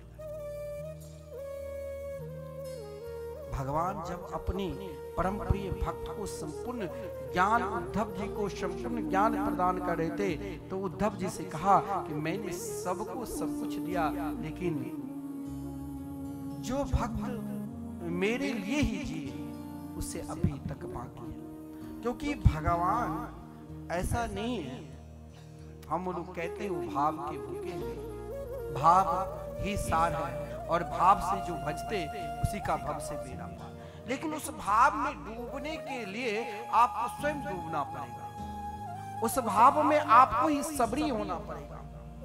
अब ये नहीं जो हम भगवान को झूठन खिला दे तो हम सबरी हो जाए। सबरी ने तो उस फल को चीखा, इस फल में कोई विकार तो नहीं है, लेश मात्र भी आपके अंदर विकार है तो स्वीकार ही नहीं करेंगे। सबरी ने झूठन फल नहीं, सबरी ने देखा कि अब भी मेरे अंदर कोई विकार है। मार्ग में पुष्प महाराज नित्य बिछाया करते, आज मेरे प्रभु जरूर आए। कई लोग ऐसा भी है अपमान भी करते थे, फिर भी विश्वास के साथ चलते।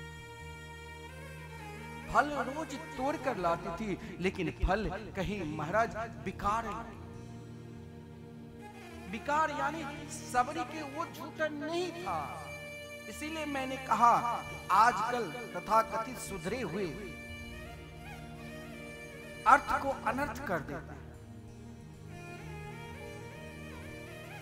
भाई महापुरुष लोग बहुत कठोर तप करके आज समाज आपस में बांट रहे थे, लेकिन मेरे प्रभु ने तो महाराज सर्वप्रथम अयोध्या से एक राजकुमार निकले, उन केवट को भी हृदय से लगाया, उन निषाद राज को भी कहा मित्र, उन बंदर भालुओं को भी कहा सब मेरा है। सबको जो अपना सकते हैं। विभीषण जब उनके शरणागति में आया तो इतने दयालु और कृपालु है। सुग्रीव ने कहा प्रभु ये असुर है, आप इसे लंकेश यदि बना दिया तो फिर कहीं रावण की भी बुद्धि बदल जाए और वो आपके निकट आ जाए तो आप उसे क्या दोगे? बोले मैं उसे अवधेश बना दूंगा, चाहे मुझे कुछ दिन और जंगल में रहना पड़े। जो इतने बड़े दयालु है, जो इतने बड़े कृपालु है, जिसने सबरी के झूठन पैर को ना वहां जाति ना वहां धर्म, वो तो केवल प्रेम और भाव देखते हैं। उस बैर को खाया और कहा मेरे पास है क्या? तो क्या पुरस्कारी की? सबरी ने नहीं मांगा, भगवान ने दिया। नवधा भक्त बुद्धि विकृति तो होगी ही, क्योंकि आपके जीवन में भक्ति है ही नहीं, और भक्ति भक्ति तब तक नहीं मिलेगी। इसीलिए तो प्रभु श्री राम ने भी सबरी से यही कहा कि संत की प्रथम भक्ति तो संत महापुरुषों की संग भक्ति। वैसे आपके अंदर दीनता नहीं आई, जब तक दीन बंधु की कृपा नहीं है होगी तब तक दीनता कैसे आएगी? उदंडता तो रहेगा, और उदंडता के लिए कई मार्ग है, अभिमान के लिए कई मार्ग है। कोई सत्ता के पद पर बैठकर अगर भगवान को गाली दे तो बुरा नहीं मानना चाहिए, क्योंकि इसके अभिमान है। और अभिमानी का, दुर्योधन जैसे अभिमानी का पतन हुआ, समय लगता है, सबकी अस्तर है, बैठने का भी अस्तर है, बोलने का भी अस्तर। किसी को भी सभा में कई लोग हैं, किसी को 2 मिनट भी बोलने के लिए कहता है, किसी को 5 मिनट भी, और कोई आदरणीय है तो उसे आधे घंटे भी समय देता है। समय वही निर्धारित है, लेकिन उस स्तर तक जाने के लिए तो सत्संग करना ही पड़ेगा। और जब विदुरानी के यहाँ प्रभु पहुंचे तो महात्मा लोग क्या कहते हैं? आज हरि आए विदुरे घर पावना, आज हरि आए विदुरे घर पावना, आज हरि आए विदुरे घर पावना, विदुरानी घर पावना, विदुर घर पावना, विदुरानी घर पावना, विदुरे घर पावना, विदुरानी घर पावना, विदुर घर पावना, विदुरानी घर पावना, आज हरि आए विदुरे घर पावना, आज हरि आए विदुर घर पावना, आज हरि आए। राधे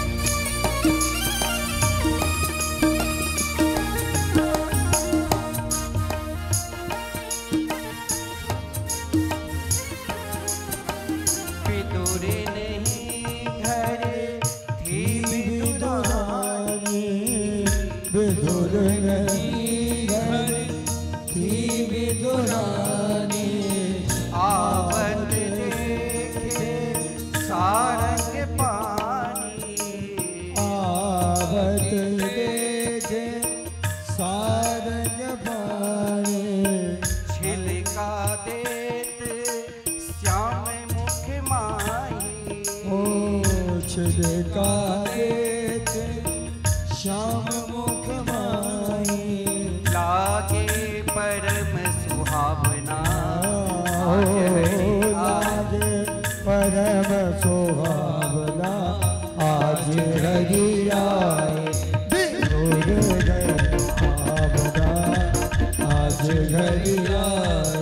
केवल केवल पुकार होना चाहिए। आपका पुकार सही है तो छिलका, जिस छिलका को फेंक देते हैं कि इसमें गांठ है, इसमें छिलका है, इसमें विकार है, लेकिन आप अंदर यदि संपूर्ण विकार है और आपके हृदय में प्रेम है तो भगवान जिस प्रकार उस गिरी को फेंक देता है, भगवान ये नहीं देखता है इसके अंदर कौन सा भाव है, क्या है, केवल उसके अंदर प्रेम भाव देखते हैं। भाव, उस प्रेम भाव को भगवान गोपियों की तरह उसे स्वीकार करते हैं। देखिए भागवत में हिरण्याक्ष का भी उद्धार है, भगवान के 12 अवतार भी है, सृष्टि का भी वर्णन है। सृष्टि का कई भेद है और देखा जाए तो संपूर्ण प्राणियों की सृष्टि उत्पत्ति का स्थान मात्र 4 ही है। चाहे इस जगत में जो भी जीवात्मा हैं, उनकी उत्पत्ति के स्थान मात्र 4 ही स्थान हैं। चाहे जरायुज हो, चाहे अंडज हो, चाहे उद्भिज हो और चाहे स्वेदज हो।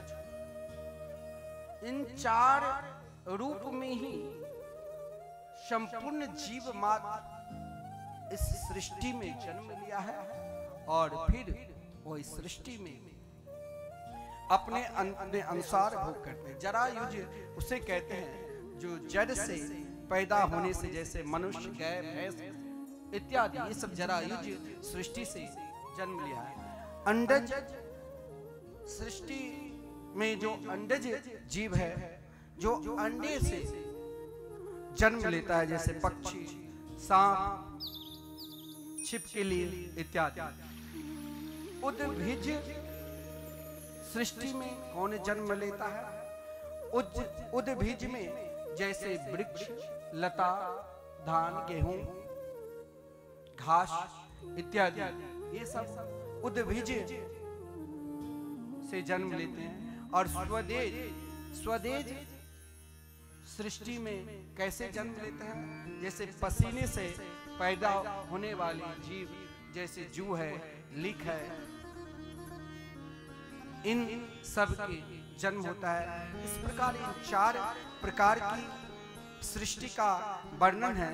और जिस सृष्टि कर्म में ही महाराज मनु महाराज से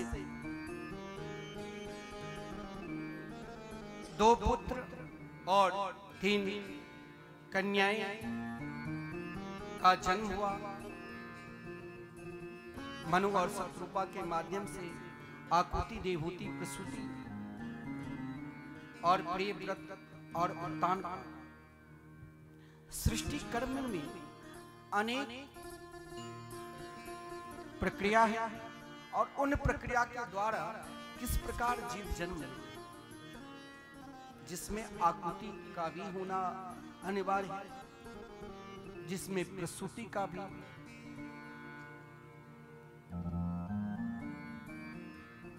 और देवहूति का। हिरण्याक्ष के उद्धार के माध्यम से ये दिखा गया भगवान, ये जब तक व्यक्ति के अंदर लोभ है तब तक ज्ञान नहीं आ सकता। चाहे बहुत बड़े बड़े ज्ञानी हो, हिरण्याक्ष और हिरण्यकश्यप जो रोज 4 हाथ मारते थे, लोभ का कोई अंत ही नहीं, जिसके लिए भगवान को 12 अवतार धारण कर हिरण्याक्ष को उद्धार करना पड़ा। और जब लोभ समाप्त होता है तभी ज्ञान आता है। तो भगवान कर्दम देवहूति के माध्यम से सांख्य धर्म का सुंदर उपदेश, भक्ति धर्म, अष्टांग योग, अनेक प्रकार के योग का उपदेश देते हुए अंत में माता देवहूति ने अपने जीवन का सार तत्व संपूर्ण, चाहे आप तीर्थ में वास कर, नाना प्रकार के पुण्य कर, लेकिन जब तक आप भगवान के मंगल में, मधुर में नाम के आसक्त नहीं हो जाओगे, नाम के आसक्त होने के बाद भी तभी काम बनेगा। नाम का आश्रित जो भी व्यक्ति है, जब भगवान कपिल भगवान ने अपनी माता देवहूति को सांख्य धर्म के संपूर्ण उपदेश दे दिया, उन उपदेश के प्राप्त होने के बाद माता देवहूति ने कहा, पुत्र सबका सार तत्व क्या है? तो भगवान कपिल ने कहा, इस कलिकाल में सबका सार तत्व, आप लोग साल में एक बार बहुत लोग गंगा सागर जाते हैं, जहां आज भी गंगा में हम स्नान क्यों करते हैं? गंगा ज्ञान की प्रतीक है। और जब आपके हृदय में वो ज्ञान आ जाए, इस संसार में भगवान के सिवा और कोई है ही। और तब तक हमें जन्म लेना पड़ेगा, जब तक हम पूर्ण रूप से यह भाव नहीं अपना लेंगे, मैं भगवान की हूँ और भगवान हमारे हैं, तब तक आना भी। इसलिए माता देवहूति ने कहा, सुगम और सरल साधन क्या है जो सीधे आप तक पहुंच भगवान कपिल ने कहा, माता अष्टांग योग में भी समय लग सकता है, वहां भी पतन, वहां भी आसक्ति है, परंतु सुगम और सरल सत्संग और भक्ति मार्ग होता है। और उन भक्ति मार्ग की कथा सुनकर ही माता देवभूति ने कही, ओहो बतः सौ पछतोपि गणियान जह जीवाग्रे वर्तते नाम तुभ्यम। हे प्रभु, आज मैं जान गई कि आप चाहे कहीं रहो, लेकिन जो भगवान के मंगल में नाम का स्मरण करते हैं वही इस संसार में सर्वश्रेष्ठ है, उससे उत्तम इस संसार में कोई है ही नहीं। दक्ष के भी अंदर अभिमान आया, जो साक्षात भोलेनाथ के अपमान किया, लेकिन बकरा की शरण, बकरा कहते हैं अज मतलब ब्रह्म भी होता, अज मतलब माया। जब तक माया मानकर स्वयं को अपने आप दक्ष मानते थे तो शक्ति ने कहा था अदक्ष हो। और जब ये आभास हो गई संसार में ब्रह्म के सिवा कुछ नहीं है, उन दक्ष के कल्याण के लिए स्वयं भोलेनाथ भगवान अवतार लिए उनका कल्याण किया। भागवत में जहां जहां प्रसंग है, चाहे प्रिय व्रत का हो और चाहे उत्तान पाद का, जीवन में ऐसा नहीं है जो व्रत नहीं है। सब आप भी कोई सोमवार, कोई मंगल, बुध, बृहस्पति, शुक्र, शनि, रविवार व्रत तो करते हैं, लेकिन क्या व्रत से आपका जीवन बदला? आपने अपने आप को ईर्ष्या छोड़ा, आप क्रोध छोड़ा, आप दूसरों का अनिष्ट करना छोड़ा। कभी कभी व्रत में भी क्रोध आ जाता है। एक व्यक्ति सोमवारी कर रहा था, कहा कि महाराज सोमवारी में कहीं 24 घंटे आज कुछ नहीं खाऊंगा। 2-4 बजे तक तो सही रहा, शाम होते होते भूख लग गई और महाराज सामने जो पड़ता था उसको गाली देना प्रारंभ कर दिया कि भाई ना फलाहार की व्यवस्था, भोजन तो मुझे कल करना। ऐसा व्रत करके क्या हो? आज मंगलवारी है, बहुत लोग कहते मुझे एक ही बार खाना है, और एक ही बार खाकर तुम दिन भर की खुराक प्राप्त कर लोगे, ये कौन सा मंगलवार? अरे ऐसा भी लोग हैं जो एकादशी का व्रत रखता है, लेकिन हमारे पुजारी जी कहा करते थे, अब नहीं है, पूर्व के पुजारी, वो कहा करते कि एकादशी व्रत तो मुझे रोज मिले तो मैं रोज करूंगा। 3 दिन पहले योजना बना, भाई फलाहार दिन भर करूंगा, 11 बार करूंगा ताकि तभी एकादशी बने। 3 बार फलाहार और सुबह में 4-5 रंग के व्यंजन भी हो, और नहीं हुआ तो फिर घर के एक भी व्यक्ति को चैन से नहीं रहने। अरे तुमको पता नहीं, मैंने तो कल एकादशी व्रत की। अरे कौन सा व्रत किया? 10 बार फलाहार किया और कहते हो एकादशी किया। एकादशी व्रत उनकी सफल है जिसने क्रोध नहीं किया। एकादशी व्रत उनकी सफल है जिसने किसी के ऊपर ईर्ष्या नहीं की। एक तरफ व्रत, एक तरफ उपासना और दूसरी तरफ अनिष्ट सोचना, ये कोई व्रत नहीं। व्रत तो उत्तम वो है, व्रत तो प्रिय वही है जिसे मैं रोज आपसे कहता हूं। सब कुछ छूट जाए लेकिन भगवान के भजन ना छूटे, यह व्रत लो। और व्रत करके अगर क्रोध है तो व्रत मत करो। व्रत करके यदि ईर्ष्या है तो मत करो। व्रत करके दूसरे की निंदा करना है तो मत करो। खूब खाओ, 10 बार खाओ। जो महाराज 5 दिन में व्यय लगेगा वो व्रत में लोग व्यय कर देते हैं, दिन भर खा खा कर। लेकिन जीवन का एक व्रत क्या है कि हम भगवान के हैं, भगवान हमारे। वही प्रिय व्रत है कि हमसे किसी का अनिष्ट ना हो। इस व्रत का संकल्प लो, और ये व्रत तब ही बन करेगा जब हम उनको पुकारेंगे, उनकी आराधना करेंगे, उनकी उपासना करेंगे। महाराज प्रियव्रत तो बाल्यावस्था में ही भगवान के भजन में लग गए और मनु महाराज ने इच्छा प्रकट की। देखिए एक दिन सनातन धर्म की परंपरा रही है कि जब पुत्र योग्य हो जाए तो पिता को धीरे धीरे संपूर्ण कार्य उन पुत्र को समर्पित कर देना चाहिए ताकि अपने योग्यता बल से स्वयं मुझसे भी अधिक चलावे।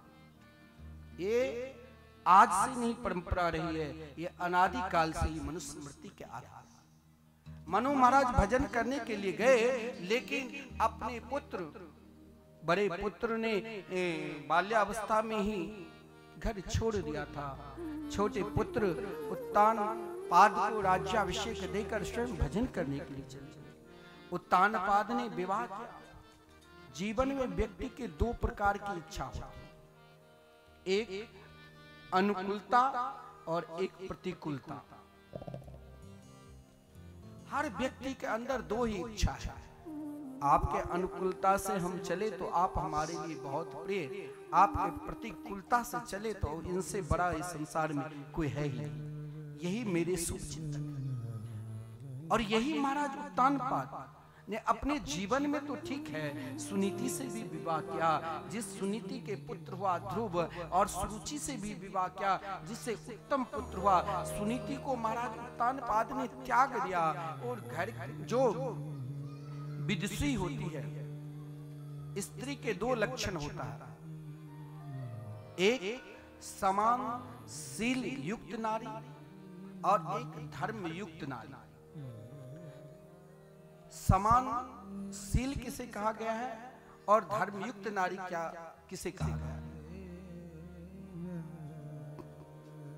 धर्मयुक्त नारी स्त्री जो आपने गलती की और सामने वाले आपको डांट लगा दिया, फिर भी आप चुप लगाकर बैठे हैं, तो ये श्रेष्ठ। लेकिन आज के समय की ये सब बात नहीं है। आज आप एक बार बोलो तो सामने वाली 10 बार बोलो, नहीं तो नाराज होकर फिर मनाओ। और समानशील युक्त किसे कहा गया? गलती नहीं है और फिर भी सामने वाले डांट लगा रहे हैं, फिर भी चुप लगाकर बैठी हो, तो समानशील युक्त नारी का। पहले की प्रथा थी, माता लोग किसी से बात भी करती थी तो कहीं मेरे शब्द से कोई वाणी ऐसा ना निकले जो सामने वाले को तकलीफ हो। बड़े बुजुर्ग आज भी मुख ढककर सामने वाले से बात। ये हमारी परंपरा है, ये हमारी संस्कृति है। और यही भारत की संस्कृति पूर्व की तरह चले तो आज शहर में नहीं गांव-गांव में ऐसा बीमारी चला है जो पति पत्नी से अलग हो जाते हैं, पति पत्नी से अलग। तलाक प्रथा जो हमारी संस्कृति में कहीं भी उस शब्द का नाम लेस नहीं था, आज गांव-गांव समाज में ये बीमारी फैल चुकी है। इसमें महाराज अगर कोई कहे तो अभिव्यक्ति की आजादी कहते हैं कि सब आप स्वतंत्र आजादी। घर के लोग चुप, बाहर के लोग बोल नहीं सकता। लेकिन पहले ऐसी प्रथा थी समाज में, और वही प्रथा वर्षों से चला। कहां कोई अलग होते थे? अश्रु भी आती थी तो उसे कोई दूसरे ना देख ले, चैन से उस अश्रु को पोंछकर अपने कार्य में लगी रहती थी। यही तो हमारी संस्कृति आज बहुत पीछे जा रही है और जाएंगे युग का धर्म। लेकिन ध्यान देना, सुनीति क्या है? धर्म है। ये कथा कोई हंसने की और दो पत्नी की कथा नहीं है, ये तो हम सबकी एक जीवन की जीने की कला की कथा है। सुनीति क्या है? सुनीति धर्म है। जो धर्म को माने, कितने धर्म को मान रहे हैं। आज स्कूल कॉलेज में भी लड़का पढ़ रहे हैं तो वो अपने अनुकूल महाराज शिक्षा मंदिर को भी कभी कभी दानव मंदिर बना दिया है।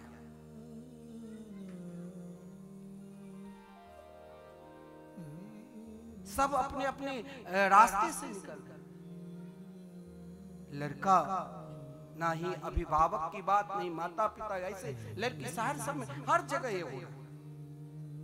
ये कहने की जरूरत नहीं, ये हम सब जानते हैं कि समाज किस ओर जा रहे हैं।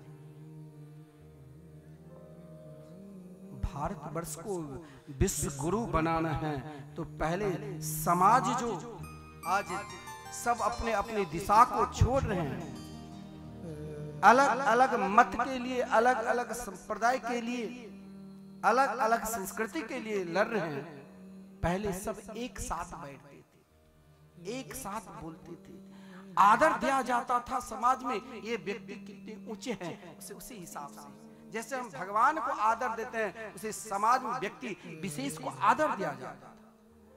अब उस ना शिक्षा है ना वो धर्म है, हम बांट रहे हैं, फिर भी हम कहते हैं हम तो बहुत बड़े धर्मात्मा। लेकिन ध्यान देना, जीवन की दो ही इच्छा है, एक सुनीति रूपी इच्छा और एक सुरुचि रूपी इच्छा। फल दोनों में है, ऐसा नहीं है, प्रेम दोनों में है, फल दोनों से मिलेगा। सुनीति, जिसने महाराज स्वयं को अपमानित रहकर भी कभी भी अपने धर्म को नहीं छोड़ा, अपनी संस्कृति को नहीं छोड़ा, सत्संग किया और वही प्रभाव उनके पुत्र पर पड़ा जो ध्रुव हुए। सुरुचि ने भी, जिसे महाराज उत्तानपाद बहुत प्रेम भी करते थे, अपने निकट अपनी पत्नी को, पुत्र को रखता था, जिस कारण सुनीति को दूर कर दिया कि रुचि मेरे लिए बहुत प्रिय है। लेकिन महान वही है जो सबके सम्मान करे। महान व्यक्ति अगर एक पल के लिए झुक भी जाता है तो आप ये मत सोचना कि क्यों झुका है। उसकी महानता ध्रुव, कोई हम आज भी ध्रुव तारा देखते हैं, ये नहीं कि ध्रुव तारा अखंड है। अखंड तो वही सदा रस है जिसके अंदर दीनता। अब ध्रुव देखिए, 5 वर्ष के ध्रुव, जिसकी माता ने शिक्षा दी। आजकल शिक्षा क्या दिया जाता है? अरे तुम इस जाति को हो, इस धर्म को, इस पंथ को हो, हमारे साथ ये क्या, हमारे साथ ये क्या। चाहे तुम धर्म को मानो और चाहे तुम संविधान को मानो, सबका अधिकार। अधिकार कौन सा अधिकार लेना है कि हम भगवान के हैं और भगवान हमारे हैं, लेकिन तुम स्वयं को लड़ रहे हो। स्वयं को मत लड़ो। उससे उत्तम कुछ देर के लिए लगेगा कि मैंने एक बड़े को महाराज अपने निकट झुका दिया, लेकिन उत्तम का अंत होता है और ध्रुव का अंत कभी नहीं हुआ। जिस समय महाराज उत्तानपाद अपनी पत्नी सुनीति को, सुरुचि को गो पास में बैठाकर और बगल में उनके पुत्र उत्तम हैं, और महाराज आज ध्रुव 5 वर्ष की अवस्था है, माता ने सिखाया। ध्यान देना, जिसके बच्चे को पढ़ने में मन नहीं लग रहा, उदंडता है, स्मरण शक्ति कम है, ना किसी के आदर करते हैं, ना किसी के सम्मान करते हैं, तो एक छोटी सी शिक्षा देना चाहिए। आदर सम्मान कहीं बाजार में नहीं मिलेगा, आदर सिखाओ। और ये 4 चीज घर में हम सब जानते हैं। अभिवादनशीलस्य नित्यं वृद्धोपसेवना चत्वारि तेषां वर्धन्ते आयुर्विद्या यशोबलम्। हमारे सद्गुरुदेव कहा करते हैं कि श्राप देने से नहीं लगता है और आशीर्वाद मांगने से नहीं मिलता है। आपका व्यवहार जैसे हो, आपके व्यवहार से कष्ट पहुंचा तो वही श्राप है, आपके व्यवहार से प्रसन्नता हुई तो यही आशीर्वाद है। और महाराज ध्रुव ने जब आज पिता को प्रणाम करने के लिए पहुंचे तो उसकी माता, छोटी माता सिंहासन पर बैठी थी, वहां संगीत चल रहा था और उत्तम गोद में बैठा था। ध्रुव ने सोचा कि मैं भी इस गद्दी पर बैठ जाऊं, पिता की शोभा बढ़ाने के लिए। एक भाई बगल में बैठा है, मैं भी बैठा, बैठने की कोशिश की। ये इच्छा, ये रुचि ने सोचा कहीं मेरे भाग न लगे,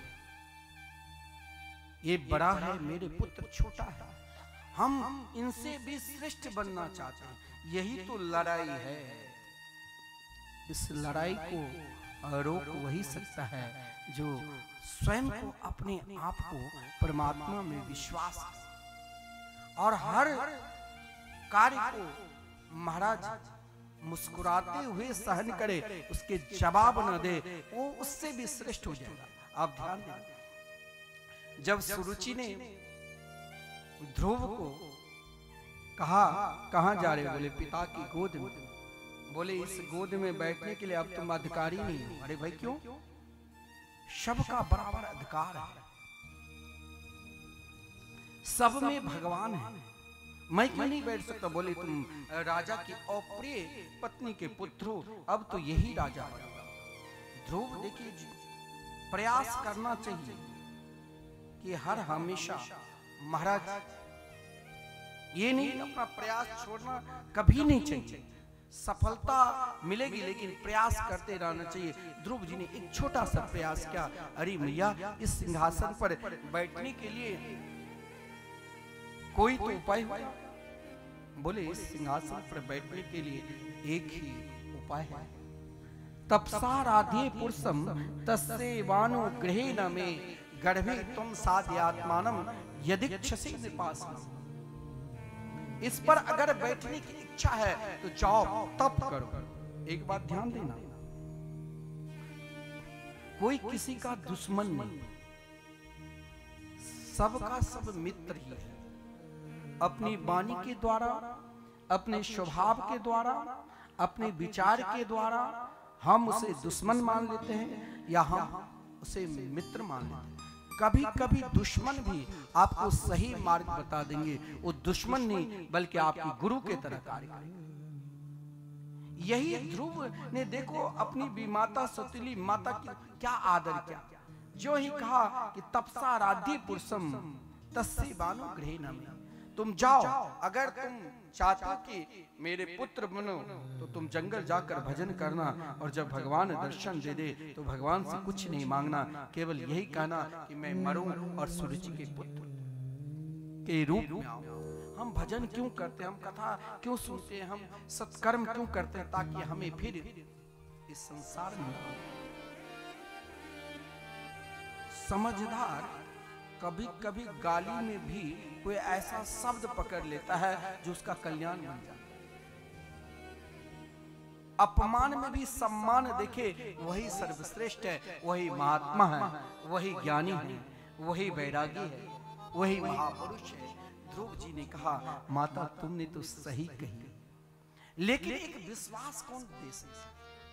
जिसने उस विश्वास को पालन किया है। सब कहते हैं भगवान के भजन करने से ही भगवान मिल जाता है, तो कौन करने लग जाता है?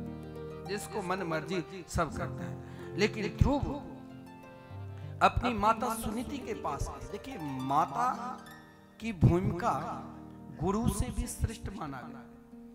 इसीलिए माता को तो मातृदेवो भव कहा गया, पितृदेवो भव, तब आचार्य देवो।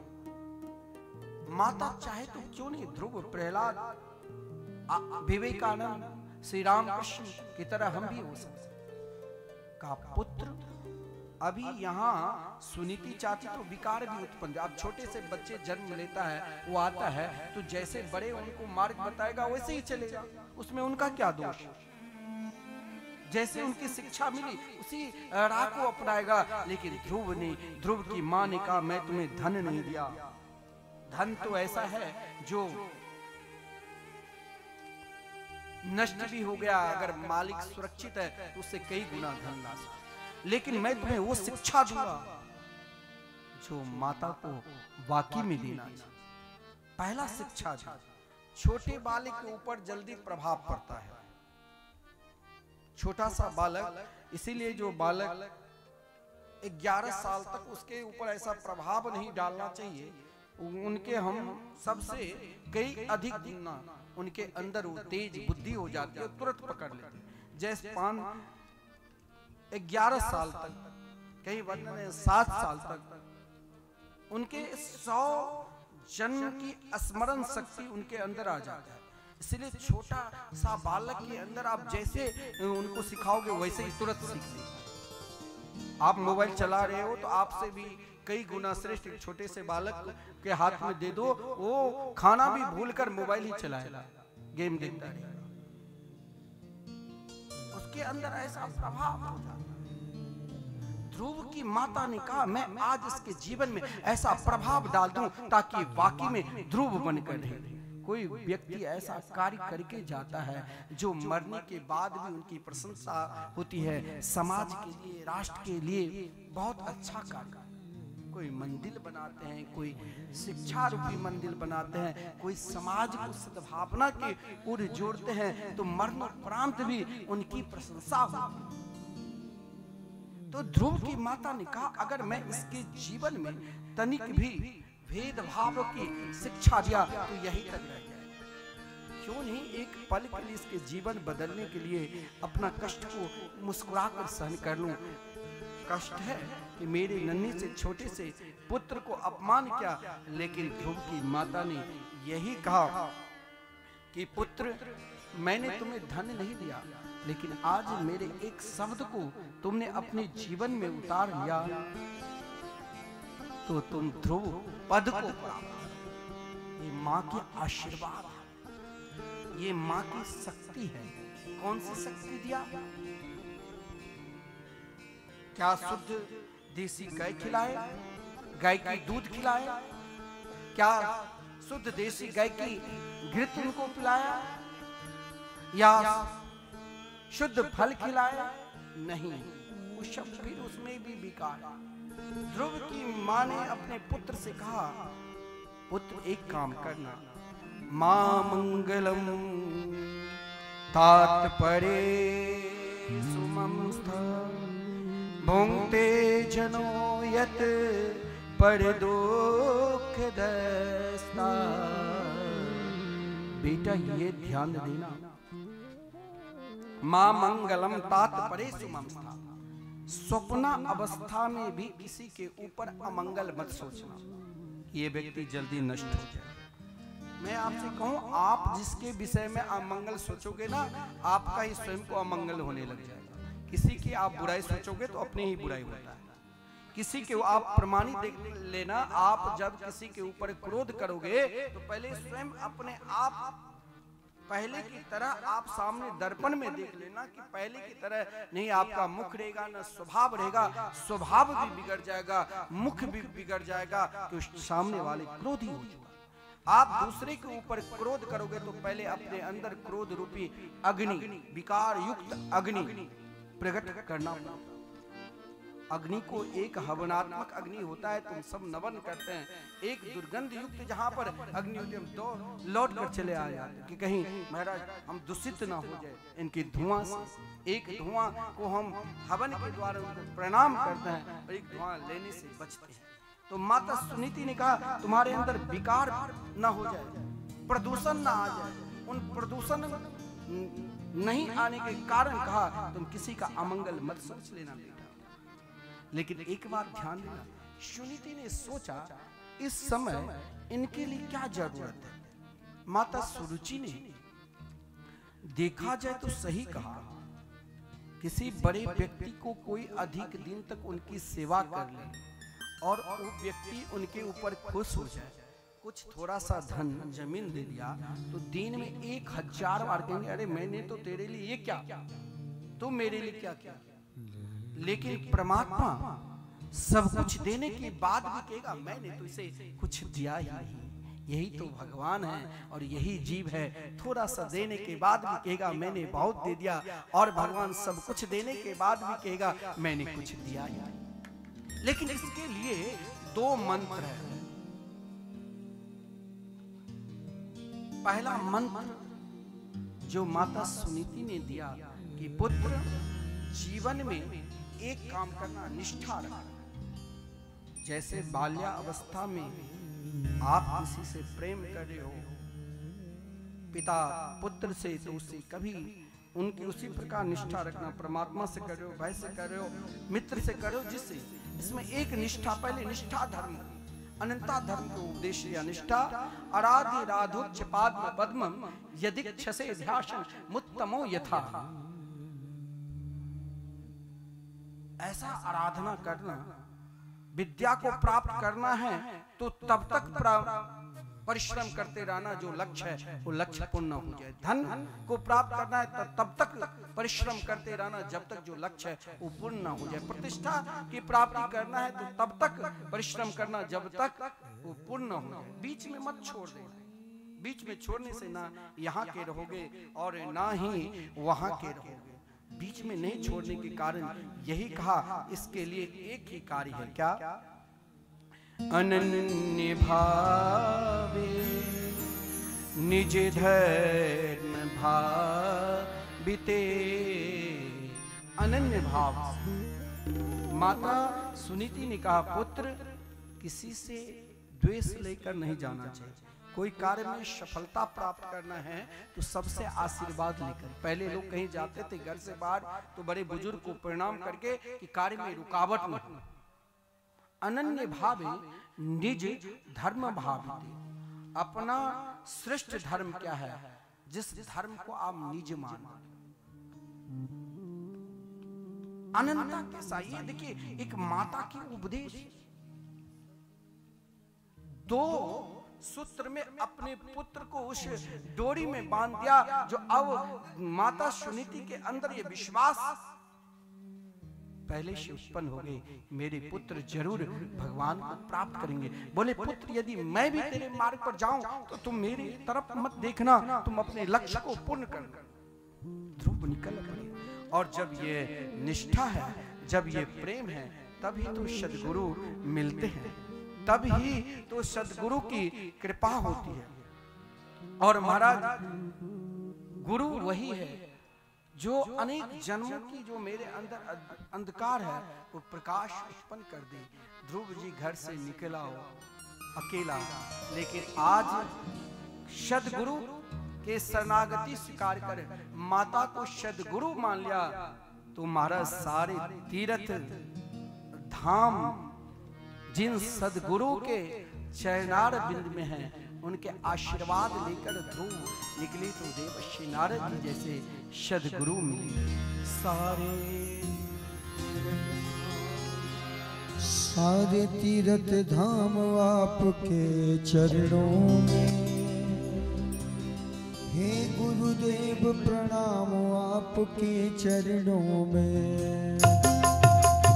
सारे तीर्थ धाम आपके चरणों में, चरणों में, हे गुरुदेव प्रणाम आपके चरणों में। ओ सारे तीर्थ धाम आपके चरणों में, चरणों में, हे गुरुदेव प्रणाम आपके चरणों में। सारे तीर्थ धाम आपके चरणों में, चरणों में, हे गुरुदेव प्रणाम आपके चरणों में।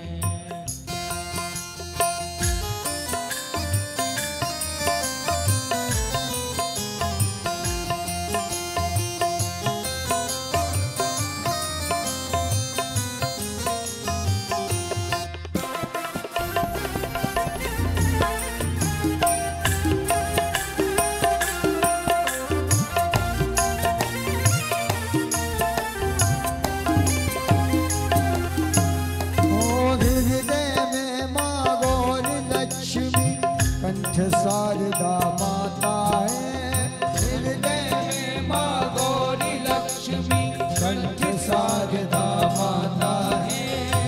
जो भी मुख से वचन कहे वो वचन सिद्ध हो जाता है। जो भी मुख से वचन कहे वो वचन सिद्ध हो जाता है, वो वचन सिद्ध हो जाता है। हे गुरु ब्रह्मा हे गुरु विष्णु हे शंकर भगवान आपके चरणों में, चरणों में, हे गुरुदेव प्रणाम आपके चरणों में, हे गुरुदेव प्रणाम आपके चरणों में। सारे तीर्थ धाम आपके चरणों में, चरणों में, हे गुरुदेव प्रणाम आपके चरणों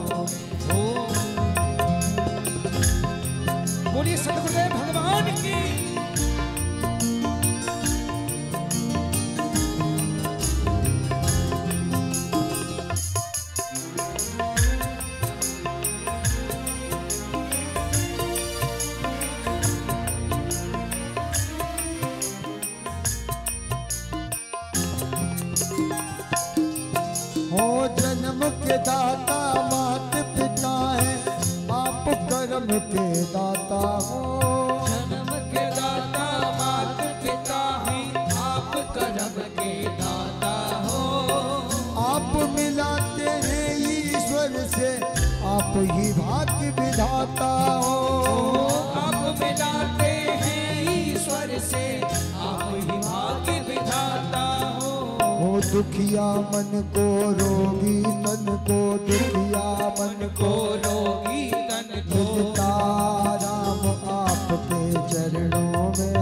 हे गुरुदेव प्रणाम आपके चरणों में। हो सारे तीर्थ धाम आपके चरणों में, चरणों में हे गुरुदेव प्रणाम आपके चरणों में। हे गुरुदेव प्रणाम आपके चरणों में। हे गुरुदेव प्रणाम आपके चरणों में। हे गुरुदेव प्रणाम आपके चरणों में। हे गुरुदेव प्रणाम गुरु गोविंद दो खड़े, कहाँ के लागू पाए। आपके बलिहारी गुरु आपने, हे गुरु गोविंद दियो बता।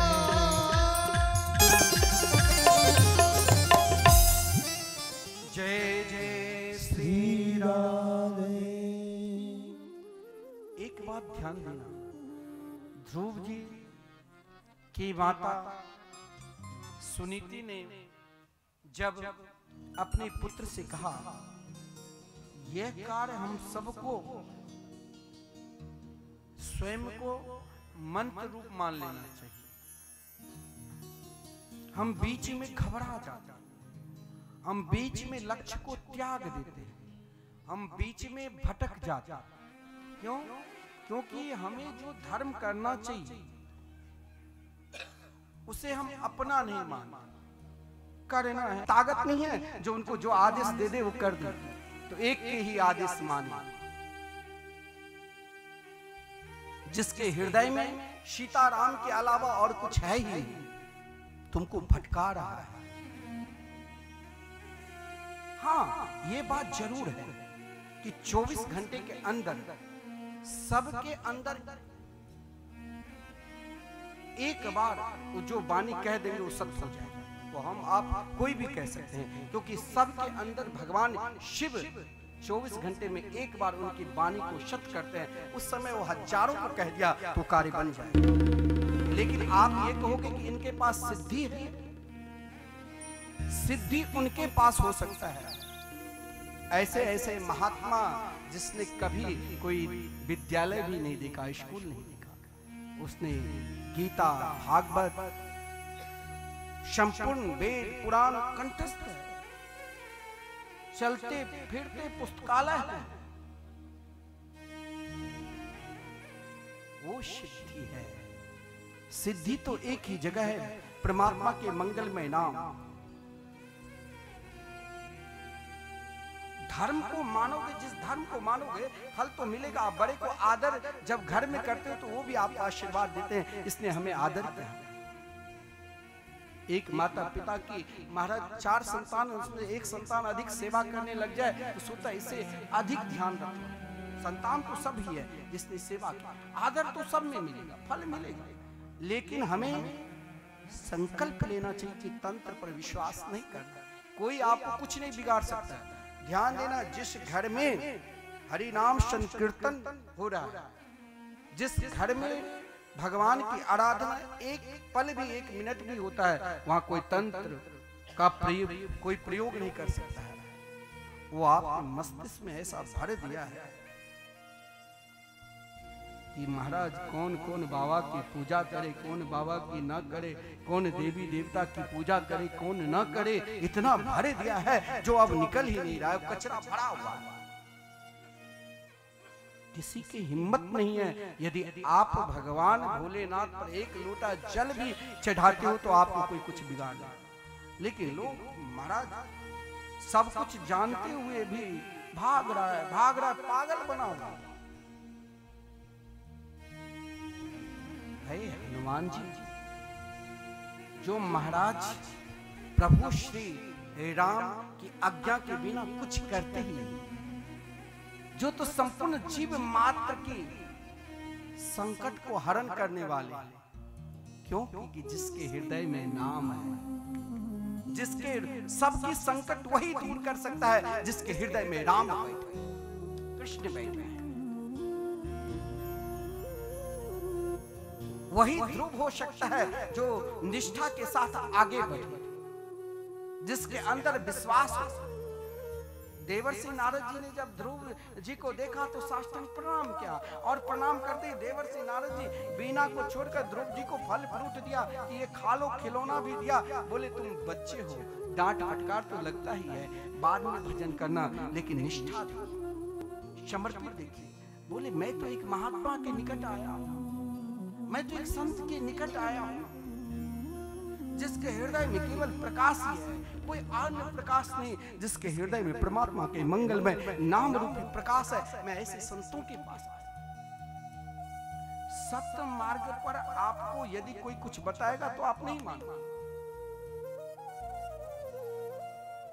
प्रभुपाद जी जब संपूर्ण विश्व पे कोई अस्त्र लेकर गया था, कोई शस्त्र लेकर गया था, कोई तंत्र मंत्र लेकर गया था, तो महाराज एक करताल लिया था और हरे कृष्ण कृष्ण कृष्ण हरे हरे, हरे राम राम राम हरे हरे, संपूर्ण विश्व को जो अनेक धर्म में भटक रहे थे का ओम, सब उनके पीछे पीछे कीर्तन करने। महाप्रभु जब संकीर्तन करते हुए निकले तो हिंसा करने वाले भी प्राणी जीव हिंसा वृत्ति छोड़कर दोनों हाथ को उठाकर हरे कृष्ण कृष्ण कृष्ण हरे हरे, हरे राम राम राम हरे हरे, ये है भगवान नाम। लेकिन इनके निष्ठा समर्पण के लिए कोई नाम जापकी संत की कृपा होनी चाहिए। लोग क्यों भटक रहे हैं? भटकने का कारण अधिक है। आज कोई तांत्रिक यहाँ बैठ जाए तो यहाँ जगह नहीं रहेगी, सुरक्षा की व्यवस्था करनी पड़ेगी। सबकी आकांक्षा भर चुका है, इच्छा के अंत ही नहीं है, जिससे हम लड़ते हैं। लेकिन ध्रुव ने कहा मुझे कुछ नहीं चाहिए। मेरी मैया ने, मेरी माता ने मुझे कहा पुत्र तुम निष्ठापूर्वक आगे बढ़ो, कार्य में सफलता मिलेगी। अनन्य भावे निज धर्म भावे, मेरा निज धर्म। अगर इसमें आप कोई सहयोग देना चाहते हो तो उस धर्म में, उस मार्ग में सही मार्ग बता दो। क्या होता है, मार्ग हम भटक जाते हैं। किस देवी देवता के पूजन करना है, किस देवी देवता की पूजन नहीं करना है, यही मार्ग है। और इस मार्ग में एक जगह मन तटस्थ रहे, ये सदगुरु ही बता। तो देवर्षि नारद जी ने कहा मैं तुम्हें दीक्षा कृष्ण नाम की दीक्षा। देख लीजिए निष्ठा, अगर आपकी निष्ठा परमात्मा के मंगल में नाम है तो फिर भटकने की जरूरत नहीं। फिर उसके ऊपर काली आई, इसके ऊपर दुर्गा है, उसके ऊपर हनुमान जी है, इसके ऊपर ब्रह्मदेव है, इसके ऊपर ये भगत है, ये भगत है, ये तांत्रिक है, ये एक फूल दे देता है तो सारी चमत्कारी कर देता है। वहां जाने की जरूरत ही नहीं पड़ेगी। घर में जिस भगवान को उससे तो अनादर करते हो, बाहर भगवान की नमन करते हो, वही धर्म है, निज धर्म है। उसकी पूजन करो, उसकी आराधना करो, उनमें समर्पित हो जाओ और वहां सब कुछ मिले। देवर्षि नारद जी ने ध्रुव जी को तो यही कहा, महाराज तुमने गुरु से श्रेष्ठ धर्म किससे प्राप्त किया? ध्रुव ने कहा मैंने अपनी माता से। वाह, अब तो मुझे केवल तुम्हारे को लक्ष्य बताना है, और लक्ष्य बहुत सरल है, सुगम है, ना कुछ करने की जरूरत नहीं। लक्ष्य में आगे बढ़ो, तुम जहां जा रहे हो ये तो मेरा आशीर्वाद है। मैं तुम्हें शरणागति मंत्र देता हूं, मैं तुम्हें द्वादशाक्षर मंत्र देता हूं। एक सहयोग है, अगर रात्रि में हम जा रहे हैं तो प्रकाश की भी जरूरत है, तो एक प्रकाश दे दिया, ये मार्ग दे दिया। मार्ग तो सही है, लेकिन कहीं अंधकार में भटक न जाओ। तो जंगल में बड़े बड़े हिंसक जीव भी रहते हैं। एक तनिक भी आप अपने धर्म से डोल अलग हुआ, सामने अनेक खड़ा है, आओ तुम मेरे धर्म मैं तुम्हें ये कर दूंगा, आओ तुम मेरे धर्म मैं तुम्हें ये बना दूंगा, तैयार है सब। लेकिन यही सदगुरु की जगह। कहा ना बेटा, भटकोगे तो चले जाओ, फिर अंत ही नहीं, मैं तुम्हें मार्ग बताता हूं। बोले कौन? बोले वहां सब कुछ है, विश्वास करो अपने धर्म पर, विश्वास करो अपने इष्ट पर, वहां सब कुछ मिल जाएगा। देवर्षि नारद जी ने कहा अगर विश्वास सही है तो फल जल्दी मिल जाएगा, फिर कुछ जरूरत ही नहीं। बोले कितने जल्दी? बोले ये महीने का, लेकिन तुम्हारे विश्वास और निष्ठा देखकर मुझे लग रहा है 6 महीने में जो कार्य 6 जन्म में नहीं होगा, तुम जैसे निष्ठावान को 6 महीने में प्राप्त होगा। और वहां जो चाहिए, वहां किसी चीज की कमी है ही नहीं। देवर्षि नारद जी ने कहा तुमने केवल मेरी बात मानी, अब मुझे प्रकाश का मार्ग बिल्कुल सरल बता दो। कौन सा मार्ग? परमात्मा के निकट। वन अनेक है, कहीं भटक ना जाए, लोग अनेक है, दीक्षा देने वाले, समझाने वाले अनेक मिल जाएगा, लेकिन हमें एक ही धर्म, एक ही पंथ ऐसा समर्पित होना है। जैसे ध्रुव जी को देवर्षि नारद जी ने कहा क्या कि वहां सब कुछ है। पुण्यम मधुबनम यत्र सानिध्यम नित्यदा हरे। जाओ तुम वन वृंदावन, जहां प्रिया प्रीतम कण कण में वास। बोले हम उनके शरण में गुरुदेव चले गए तो क्या हमको सब कुछ मिल जाएगा? बोले बिल्कुल।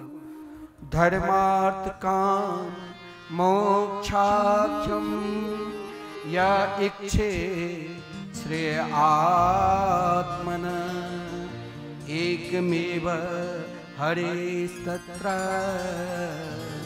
कारिणम पादशेवनम।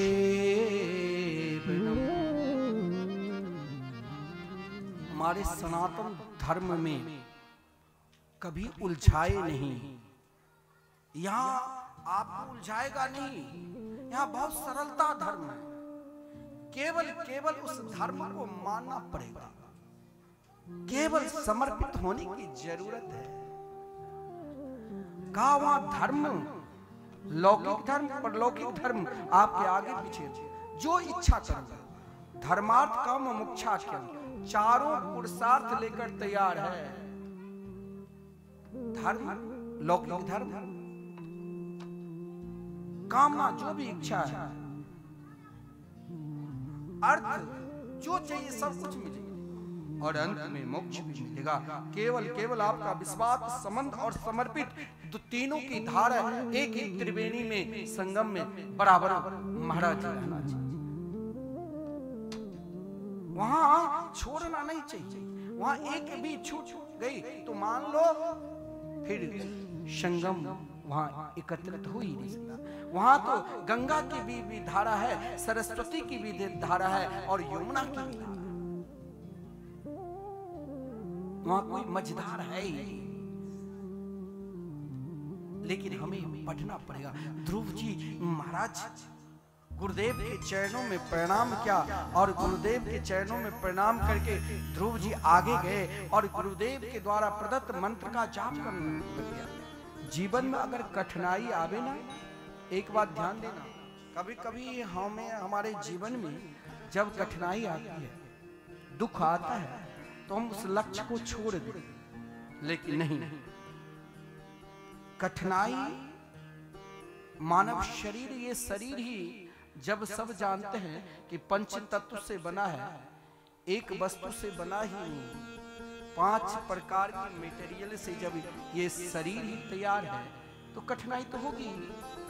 पृथ्वी, जल, तेज, वायु, आकाश, 5 तत्व से ये शरीर बना है और चाहोगे कि कठिनाई ना हो, कठिनाई होगी।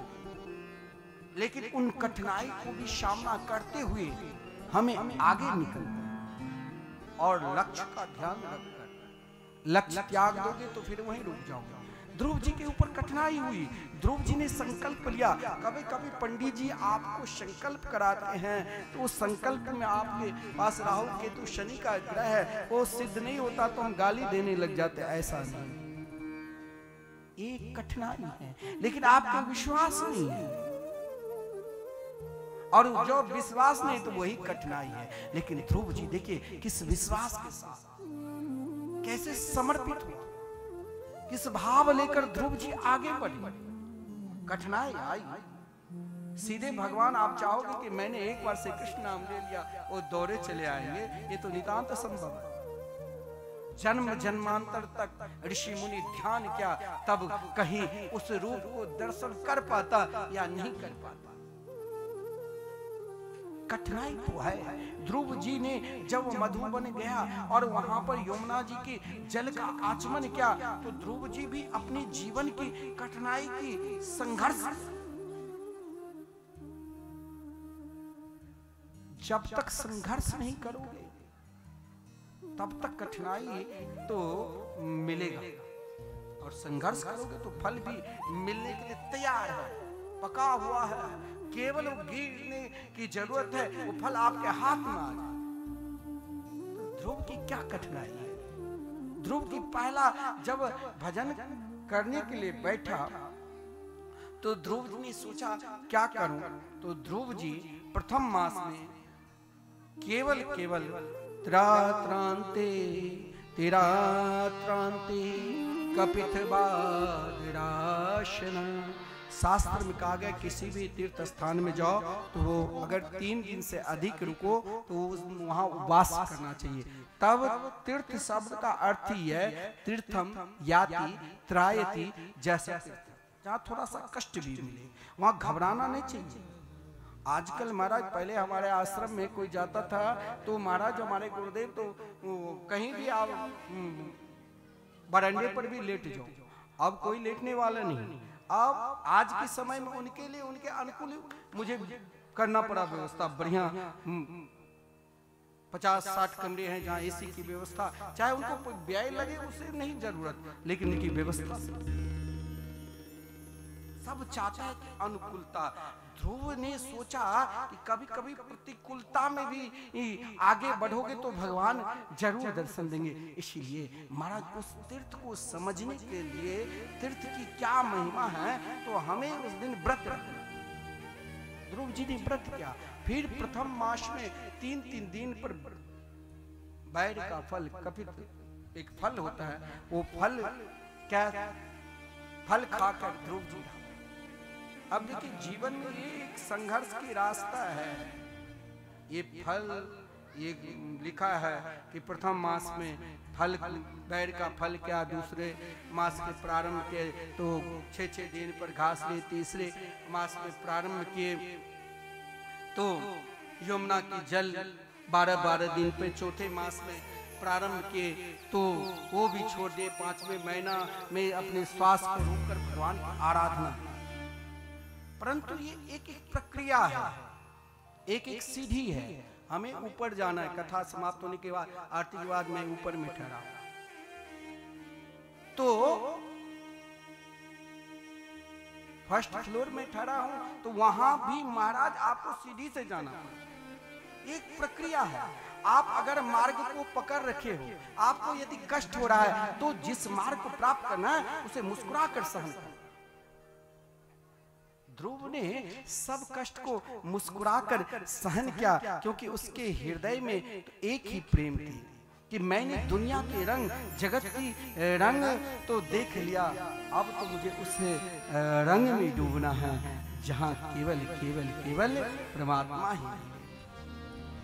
हम जैसे पुकारते हैं, क्या कहते हैं, जगत के रंग क्या देखूं, तेरा दीदार काफी है।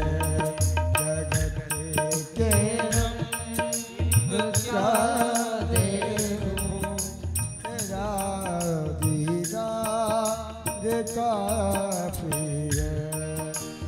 जगत के रंग क्या देखूं, तेरा दीदार काफी है। करूं मैं प्यार किस किस से, तेरा ही प्यार काफी है। करूं मैं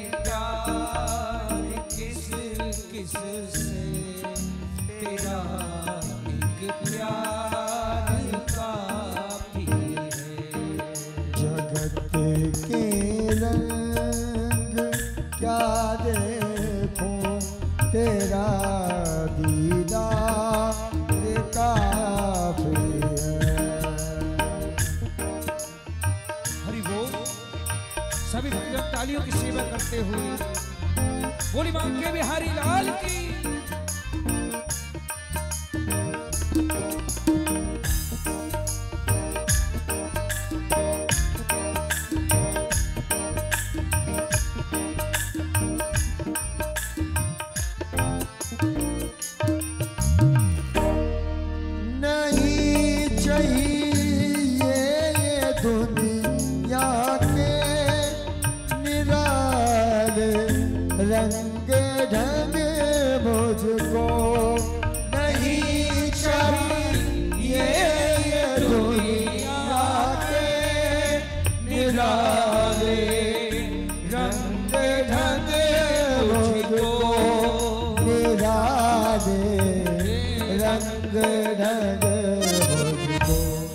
चली जाऊं मैं वृंदावन, चली जाऊं मैं वृंदावन, तेरा दीदार काफी है।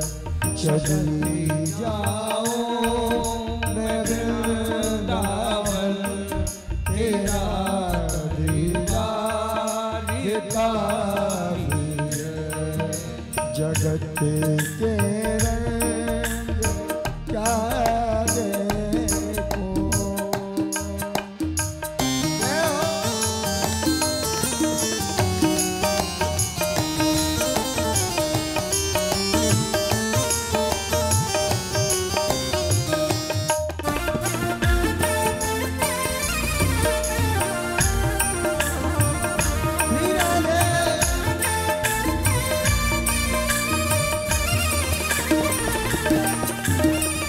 जगत के साज बाजों से हुए हैं कान अब बहरे। जगत के साज बाजों से हुए हैं कान अब बहरे। हुए हैं कान अब कहाँ ढूंढूं तेरी मुरली, कहाँ ढूंढूं तेरी मुरली। ओ राधा नाम काफी है। जगत के रंग क्या देखो, तेरा दीदार काफी है। जगत के रंग क्या देखो, तेरा दीदार काफी है। राधे कृष्णा कृष्णा कृष्णा राधे राधे, राधे श्यामा श्यामा श्यामा राधे राधे, राधे कृष्णा कृष्णा कृष्णा राधे राधे, राधे श्यामा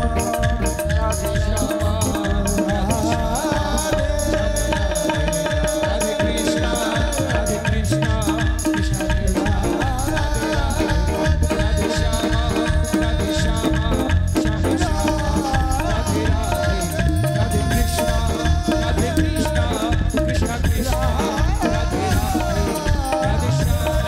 राधे श्यामा जय जय श्री राधे, राधे कृष्णा जय जय श्री राधे, राधे जय जय श्री राधे।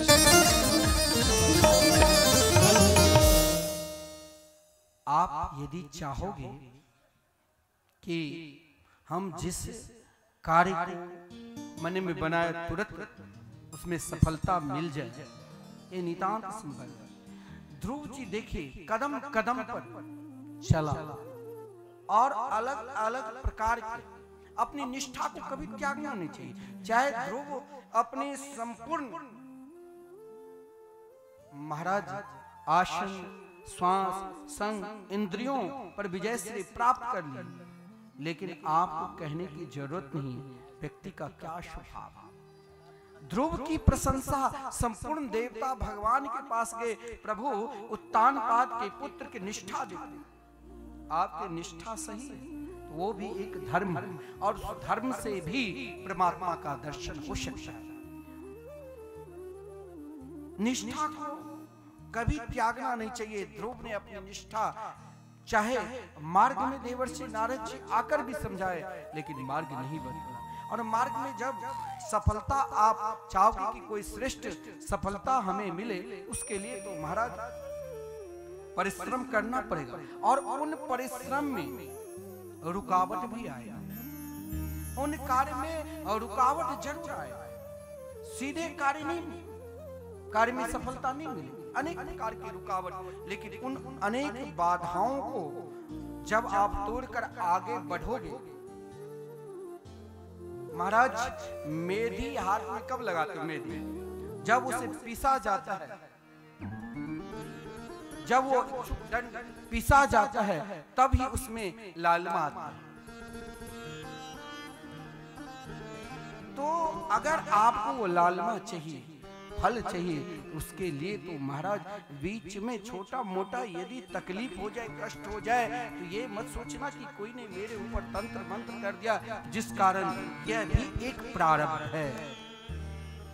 कभी कभी कर्म और प्रारब्ध दोनों की लड़ाई भी हो जाती है और कभी दोनों कर्म और प्रारब्ध दोनों अलग अलग मार्ग पर चलने लग जाते हैं। लेकिन कर्म और प्रारब्ध जब दोनों एक जगह स्थिर हो जाते हैं, तभी भगवान के दर्शन होता है और तभी कार्य में सफलता होती है। जैसे ध्रुव कर्म भी किया और प्रारब्ध पर भी चल गया, बीच में छोड़ा नहीं। ये एक प्रारब्ध है, कर्म की अलग मार्ग है, प्रारब्ध की अलग मार्ग है। सिद्धांत एक ही है लेकिन मार्ग अलग अलग है। तो ध्रुव जब उन दोनों मार्ग को एकत्रित कर दिया, तब वहां एक ही मार्ग बचा है, परमात्मा की मार्ग। संपूर्ण देवताओं ने जब भगवान से कहा कि आप ध्रुव के दर्शन दो, तो ध्रुव के दर्शन देने के लिए नहीं, आपकी निष्ठा सही है, तो परमात्मा स्वयं ध्रुव के दर्शन देने के लिए नहीं। भागवत में स्पष्ट लिखा है कि मधुर वनम भृत दिदृक्षयागत। ध्रुव जैसे महात्मा को, ध्रुव जैसे निष्ठावान भक्त, ध्रुव जी जैसे अनन्य निष्ठ भक्त के दर्शन करने के लिए आया। ध्रुव जी जिस चतुर्भुज स्वरूप को अपने हृदय में, बस कुछ देर शांत हो जाइए, बस अब आरती की व्यवस्था होगी। ध्रुव जी जब महाराज अपने हृदय में भगवान को बैठाकर भजन कर रहे थे, तो भगवान ने वही रूप को चुरा लिया और नेत्र खोले। आप कहते हो ना, हम वैष्णवों में तंत्र को बिल्कुल शून्य कर दिया कि केवल परमात्मा पर विश्वास रखो, कुछ नहीं है।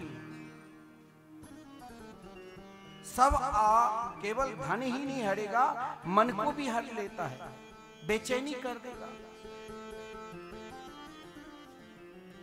बेचैनी जैसे किसी को महाराज आदत है, रात्रि में नींद नहीं आते तो कोई फेसबुक चलाता रहता है, कोई यूट्यूब देखता रहता है, यह भी एक बेचैनी है, यह भी आपका मन को हर लिया है।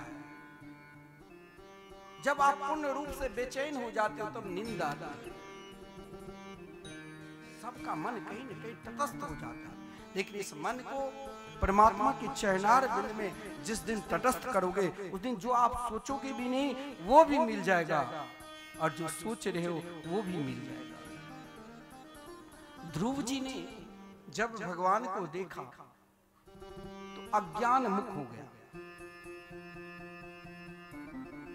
अज्ञान मुक्त, कभी कभी सब कुछ जानते हुए भी कोई महापुरुष के पास जाओ, सदगुरु के पास जाओ, तो वहां पर अपना ज्ञान की बखान मत। ध्रुव जी अज्ञान मुक्त क्यों हुए? मैं कुछ जानता नहीं। भगवान के सुंदर शंख चक्र गदा पद्म से सुशोभित थे, दिव्य तथा बहुमूल्य विशिष्ट आभूषणों से युक्त थे, पीतांबरधारी थे, श्यामला सलोना थे। भगवान के उन औरों को माधुरी को देखकर ध्रुव को लगा कि आज कुछ पढ़ लिख कर आता तो जरूर स्तुति कर। देखिए, मैंने कहा केवल आपका विश्वास निष्ठा सही है तो संपूर्ण कार्य एक ही जगह मिल जाएगा। ध्रुव जी मन में सोचा, भगवान जान गए और तुरंत भगवान अपने श्वेत शंख से स्पर्श बालम कृपया कपोले गाल पे लगा दिया। और महाराज इतने बड़े विद्वान हो गए, जो महाराज श्रीमद् भागवत महापुराण में 12 स्कंद और 335 अध्याय, उनके सार तत्व 12 श्लोक में भगवान की स्तुति की। कभी कभी बहुत लोग क्या होता है, अपनी महिमा के गुणगान सुनने में उनका मन लगता है, और बहुत वैसा है कि परमात्मा की महिमा।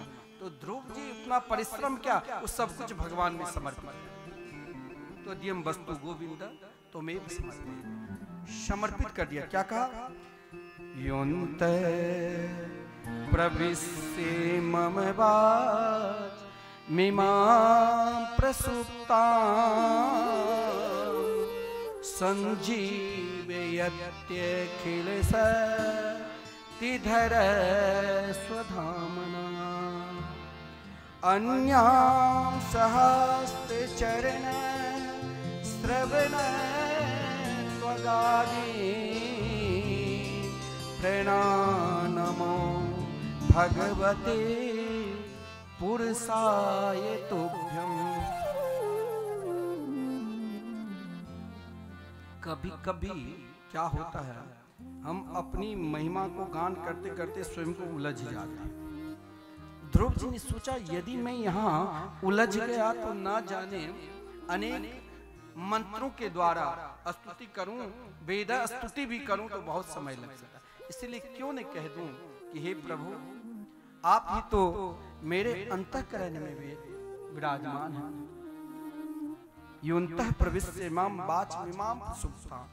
और इतना ही नहीं, आपने मुझे पहचानने की भी शक्ति दिया और आपने मुझे चलने की भी शक्ति दी। संपूर्ण शक्तियां जो भी मेरे अंदर है, हाथ पैर मुख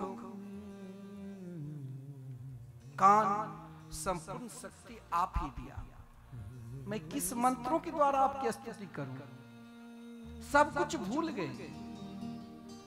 जब तक आपके अंदर अपने आप में अभिमान रहेगा, तभी मंदिर में जाकर आप कहोगे एक लोटा जल चढ़ाकर कि मेरे घर में ये हो जाए, ये हो जाए, पड़ोसी को ये अनिष्ट हो जाए।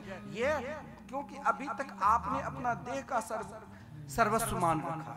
और जिस दिन यह भाव आ जाएगा कि अपनी शक्ति मेरा शून्य हो चुका है, सगे संबंधी का शक्ति बिल्कुल शून्य है, और एकमात्र परमात्मा की शक्ति पर विश्वास करने लग जाओगे, उसी दिन मान लेना कि आपके मन में संपूर्ण जो उलझा हुआ कार्य है सिद्ध हो जाएगा। लेकिन अभी तक उस स्तर पर हम नहीं। ध्रुव जी उस स्तर पर पहुंचकर भगवान से कहा, अब ना मुझे इच्छा है उन सिंहासन की, ना मुझे और कुछ इच्छा है, मुझे केवल इच्छा है जो सर्वश्रेष्ठ आनंद है। हम सबकी अपेक्षा महाराज, राजा महाराज, अभिनेता के पास आनंद है, उससे बड़ा गंधर्व, उससे बड़ा देवता, उसके बाद इंद्र, उससे बाद बृहस्पति, सबके अलग अलग। लेकिन ध्रुव जी कौन सा आनंद मान? ध्रुव जी ने कहा, प्रभु आपकी कथा रूपी आनंद मुझे चाहिए। और ये आनंद उन ब्रजांगनाएं, जब भगवान श्री कृष्ण ने आप आगे श्रवण करोगे गोपी गीत में, श्री कृष्ण जब अंतर्धान हो गए तो गोपियों ने मानो भगवान सामने आकर कहा, क्या चाहिए? गोपी ने कही, हमारे पास जो है वो महाराज प्राप्त करने के बाद ही आप लोगे। जो एक अमृत आप पहले से दे रखे। कौन सा? तब कथामृतम तप्त जीवनम कभी भिदितम कल्मषापहम् श्रवण मंगलम मङ्गलं श्रीमदाततं भुवि गृह्णन्ति ते भूरिदा। ध्रुव जी जानते हैं भगवान को वश में करना है तो उनकी कथा की बार बार गुणगान करना है, वही कथा मिले जिन कथा की गुणगान भजांग ब्रज की गोपियों ने की। लेकिन देखिए भगवान ने कहा ध्रुव वो तो मैं प्रदान करूंगा, लेकिन मैं आप कहते हो कि भगवान की कथा सुनकर हमें क्या मिलेगा? आप कहते हो भगवान के मंदिर में जाकर फूल तुलसी चढ़ाकर हमें क्या मिलेगा? आप कहते हो कि भगवान पे जल चढ़ाकर हमें क्या मिलेगा? सब कुछ मिलेगा, भगवान देते हैं। भगवान ने ध्रुव से कहा जो एक बार मेरे को हो जाता है ना, उसे मैं इहलोक का भी यानी संसार की समस्त सुख सुविधा प्रदान करता हूँ, यहाँ भी और वहाँ भी, प्रलोक में भी उसे उसी प्रकार सुख सुविधा प्रदान करते हैं। बोले आपके लिए स्वर्ग लोक से भी श्रेष्ठ अलग लोक ध्रुव लोक बनाऊंगा। और वो तैयार है, जहाँ सप्त ऋषि, जिन सप्त ऋषियों के लिए माँ गंगा जी को सप्त धारा में अलग अलग होकर उन ऋषियों के निकट आनी पड़ी, कहा उन सप्त ऋषि वही ध्रुव लोक में परिक्रमा लगा रहे। ध्रुव के हृदय में प्रसन्नता भी हुआ और दुख भी हुआ। दुख क्या कि भगवान को प्राप्त कर फिर हम संसार की ओर जाते।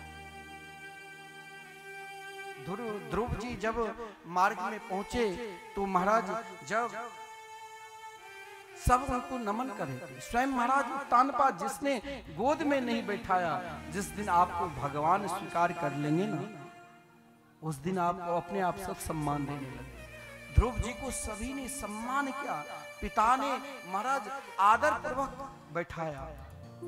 और महाराज ध्रुव देखिए, जो अपमान करे ना उसे अधिक सम्मान करने लग जाओ तो कभी शत्रुता होगी। ध्रुव ने सर्वप्रथम अपनी बीमाता को प्रणाम किया, सुरुचि को, कि माता आपके आशीर्वाद से ही आज मुझे भगवान का दर्शन मिले। फिर अपनी माता सुनीति के चरणों में प्रणाम किया और ध्रुव प्रजा को भली भांति सम्मान आदर किया। और जब इस संसार में जो जन्म लिया है कोई जीने के लिए नहीं आया, एक दिन सभी को तो मरना ही पड़ेगा, लेकिन मरता दो प्रकार के, एक व्यक्ति के लिए नरक के द्वार भी है और एक व्यक्ति के स्वर्ग के वैकुंठ के द्वार भी है। लेकिन ध्रुव महाराज उन मार्ग की ओर बढ़ रहे, लेकिन वहीं पर उनके भय उत्तम जो बहुत सुख को प्राप्त किया, बहुत इच्छा, जो इच्छा थी सब प्राप्त कर लिया, लेकिन अंत में क्या दुर्गति हुई? यक्षों के द्वारा मारा गया। ध्रुव को भी क्रोध आया, ध्रुव ने उन यक्ष लोक पर आक्रमण किया, लेकिन उनके दादा मनु महाराज ने कहा आप जैसे भक्त का ये लक्षण नहीं है, तुरंत युद्ध करना छोड़कर महाराज जिसके निष्ठा को देकर वरुण देव ने कहा मुझसे कुछ वरदान मांगो। बोले मुझे केवल सत्संग में रुचि हो और कुछ नहीं चाहिए। ऐसे महात्मा थे। और जब ध्रुव अपने दिव्य धाम को जाने लगे तो उस समय स्वयं मृत्यु के मस्तक पर पैर रखकर ध्रुव जी ध्रुव लोक हो गए। केवल निष्ठा होनी चाहिए।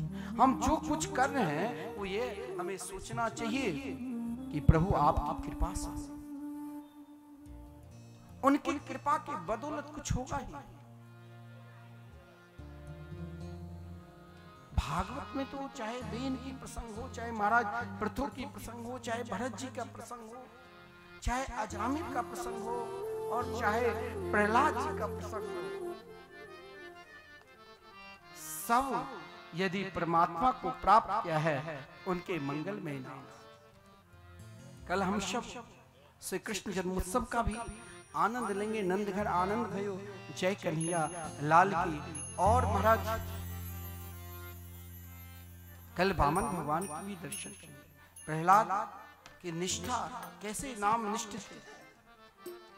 आज तक महाराज जिसको जो भी कुछ मिला है केवल भगवान के नाम से। चाहे आप मन से करो।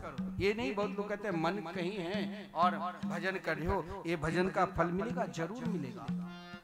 भजन ही ऐसा है जो चाहे मन से करो चाहे बेमन से करो, फल मिलता है। अजामिल ने बेमन से क्या किया? कोई मन नहीं था। अजामिल की आसक्ति महाराज एक उल्टा वेश्या में पड़ गया, जिससे 9 संतान। महात्मा की कृपा से महात्मा ने कहा कि 10वीं संतान के मेरे प्रभु का नाम। देखिए संत महात्मा की कौन सी युक्ति के द्वारा कैसा कल्याण करते वही जाने, लेकिन हमें तो एकमात्र अपनी निष्ठा में पूर्ण रूप से समर्पित होना है। हमें किसी भी अवस्था में भगवान को नहीं छोड़ना है। चाहे डर से, अजामिल ने डर से ही जब यमदूत पकड़ने के लिए आया तो डर से ही भगवान के नाम लिया, नारायण, तो भगवान के पास आया। चाहे मन से हो चाहे बेमन से हो, भजन करना सभी को चाहिए। अजामिल उपाख्यान में ये शिक्षा भी है कि अजामिल के उद्धार के लिए स्वयं लक्ष्मी नारायण विशेष विमान लेकर अजामिल को दिव्य धाम ले गए और यम दूतों को स्वयं धर्मराज ने कहा कि तुम वहां जाना जो कभी भगवान के नाम नहीं लिया। हम लोग कोई पापी नहीं, हम स्वयं को अनुभव कर रहे हैं कि हमसे पाप हुआ है, लेकिन कोई पापी है ही नहीं। अगर पापी होते तो हम कथा में आते ही। हम सब धर्मात्मा हैं और जब हम कथा में सम्मिलित हैं, मन में विचार किया मुझे भगवान की कथा श्रवण करना, संपूर्ण पाप नष्ट हो जाता। और देखिए जैसे महाराज सांकेत्यम, कोई सांकेत्य भाषा में भी भगवान की पूजा, भगवान का नाम लेता है, उसका भी उद्धार होगा। हास्य विनोद में भी अगर आप करोगे तो भी कल्याण होगा, बेमन से भी करोगे तब भी। जैसे आग है, चाहे एक आग ऐसा भी है जो महाराज उसे विधान पूर्वक हम यवन कुंड में आहुति देते हैं, लेकिन उनकी भी जलाने की शक्ति है। और एक शमशान की भी आग है, उसे भी, उस राख को भी जलाने की शक्ति। आग तो बराबर सब में है। इसी प्रकार आप मन से चाहे बेमन से भगवान के भजन करो, लेकिन उनकी याद करते हो। प्रहलाद ने तो यही कार्य किया था। एक तरफ हिरण्यकश्यप ने संपूर्ण शक्ति लगा दिया और एक तरफ प्रहलाद ने केवल वही याद किया, क्या तुम्हारी याद आती है, बताओ क्या करे मोहन। तुम्हारी याद आती है, बता दो क्या करे मोहन। तुम्हारी याद आती है, बता दो क्या करे मोहन। हमारी जान जाती है, बता दो क्या करे मोहन। तुम्हारी याद आती है, बता दो क्या करे मोहन।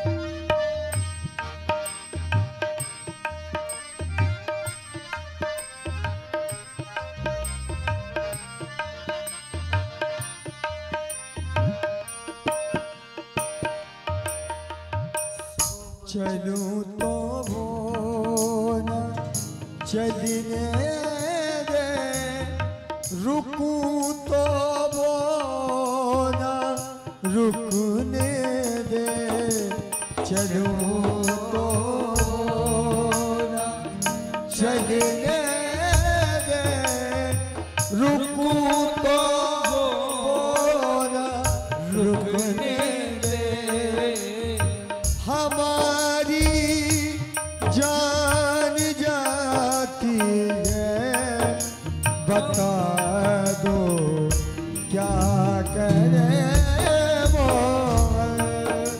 तुम्हारी याद आती है, बता दो क्या करे वो।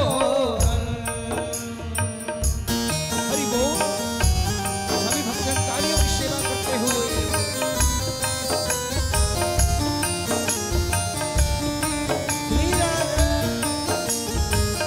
दोनों हाथों से मीठी मीठी तालियां मेरे हाथ में।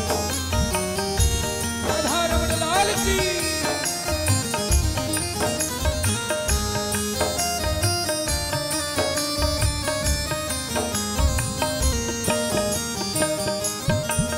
सुबह और शाम आती है, रात भर वो जगाती है, सुबह और शाम आती है, रात भर वो जगाती है, सुबह और शाम आती है, रात भर वो जगाती है, चैन दिल को नहीं आता, चैन को नहीं आता, बता दो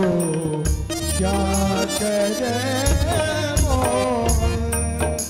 तुम्हारी याद आती है, बता दो क्या करे वो, बता दो क्या करे वो, बता दो क्या करे वो।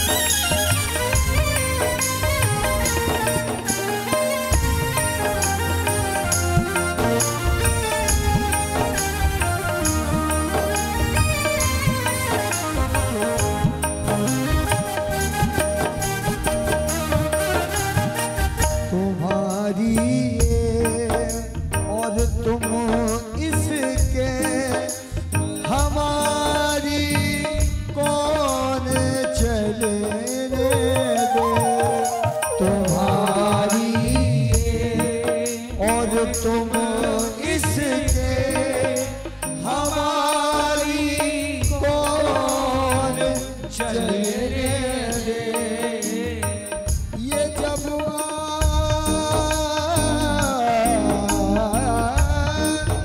ये जब जाएगी तुम आओ, बता दो क्या करे वो, तुम्हारी याद आती है, बता दो क्या करे वो, तुम्हारी याद आती है, बता दो क्या करे वो।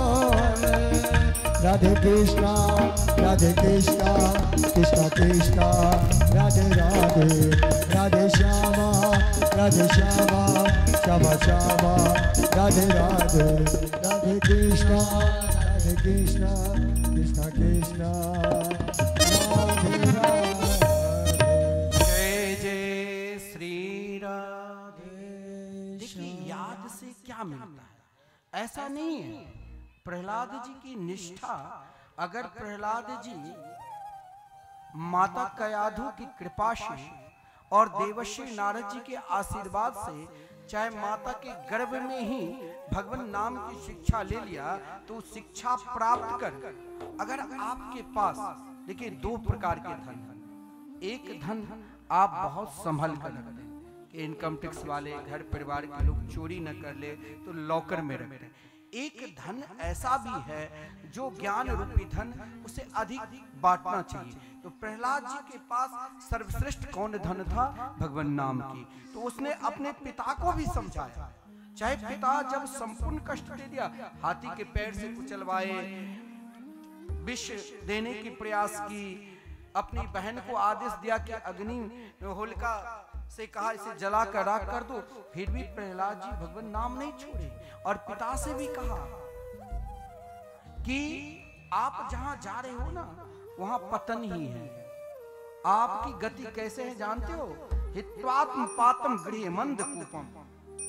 जैसे कोई अंधकार रूपी कुआं है और उस कुआं में केवल केवल केवल पानी है नहीं, अंधकार ही अंधकार दिखाता है, केवल आभास कराता है। वैसे तुमको अपने आप को आभास हो चुका कि मैंने ब्रह्मा से वर प्राप्त कर चुका कि मैं अमर हुआ, लेकिन कोई जीने नहीं। प्रहलाद ने अपने पिता को नवदा भक्ति का भी उपदेश दिया। श्रवणम कीर्तनम स्मरणम पाद सेवनम अर्चन वंदन दास्यम, किसी भी प्रकार के तुम भगवान के हो जाओ। ऐसा ही भी नहीं हुआ। प्रहलाद जी ने उन सहपाठी मित्रगण बालकों को भी देखा कि देख लो भगवान नाम की प्रभा, मेरे पिता मेरे लिए संपूर्ण महाराज दंड दे चुका, लेकिन मुझे कुछ नहीं बिगड़ा। तुम भी बाल्यापन से ही भगवान नाम का आश्रय ले लो, कुमार आश्रय अभी से प्रारंभ कर दो। बोले तो मुझे क्या प्रभाव मिलेगा? बोले सबका ऊपर, देखिए भगवान का स्मरण करने से हर व्यक्ति के ऊपर प्रभाव पड़ता है।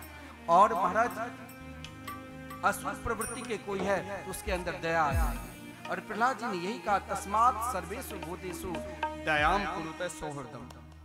ऐसा नहीं, पिता के ऊपर भी कहा मेरे प्रभु का नाम जिस अवस्था में जहां जिस ओर विश्वास हो वहीं से प्रारंभ कर दो। एक पिता ने कहा तो क्या इस खंबे में से भी तुम्हारे प्रभु का नाम प्रकट हो सकता है प्रभु? बोले हाँ, केवल विश्वास दिला ले, पुकार सही होना चाहिए। प्रहलाद की तरह पुकार होना चाहिए। तो कण कण में भगवान है।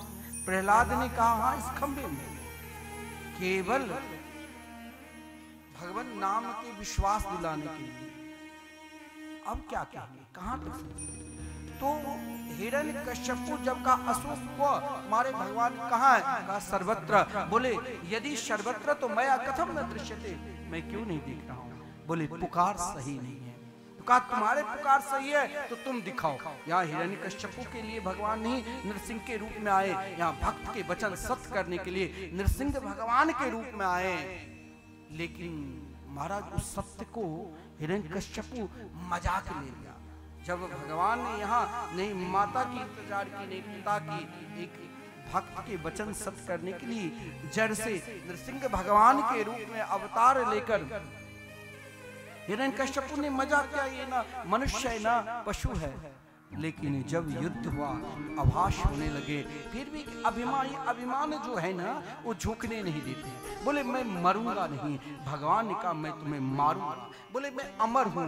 बोले कोई अमर होने के लिए आया नहीं। बोले मैं ब्रह्मा की सृष्टि से नहीं मरूंगा। बोले मैं ब्रह्मा की सृष्टि से जन्म ही नहीं लिया हूं, ब्रह्मा मेरी सृष्टि से जन्म लिए हैं। भगवती श्रुति भगवान वेद कहते हैं यो ब्रह्माणम विदधाति पूर्वम, जिसने सर्वप्रथम ब्रह्मा को जन्म देकर वेद का अध्ययन कराया।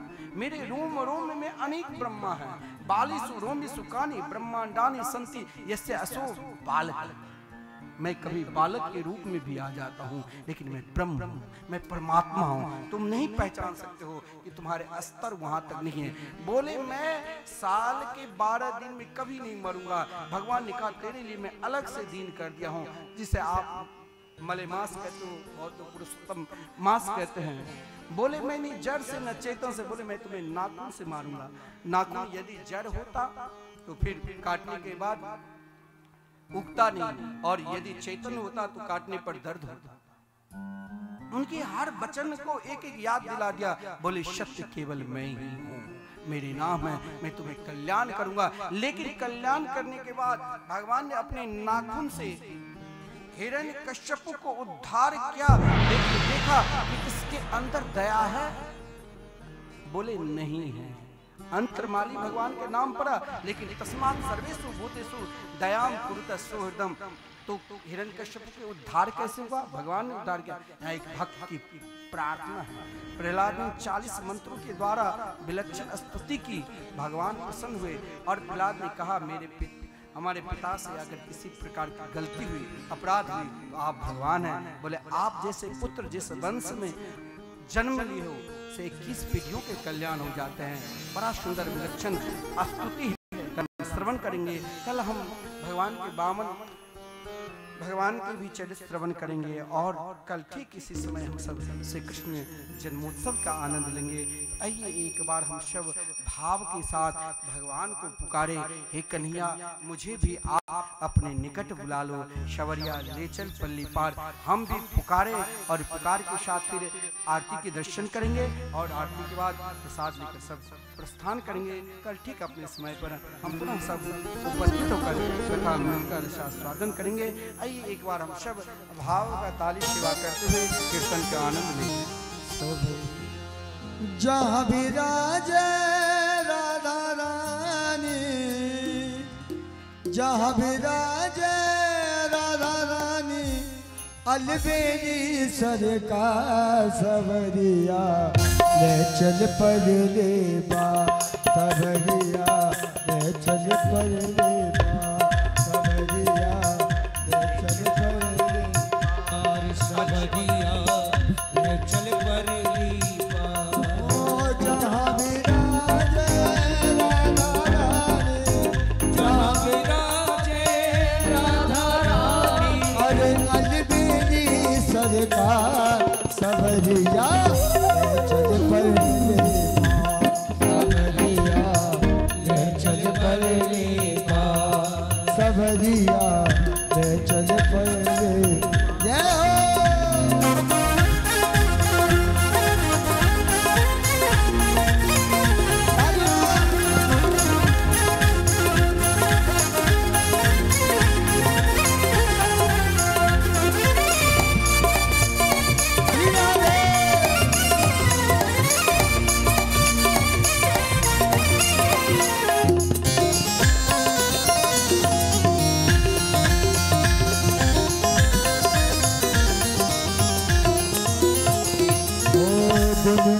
गुण सब तेरे अर्पण, गुण अब गुण सब तेरे अर्पण। ओ पाप पुण्य सब तेरे अर्पण, पाप पुण्य सब तेरे अर्पण।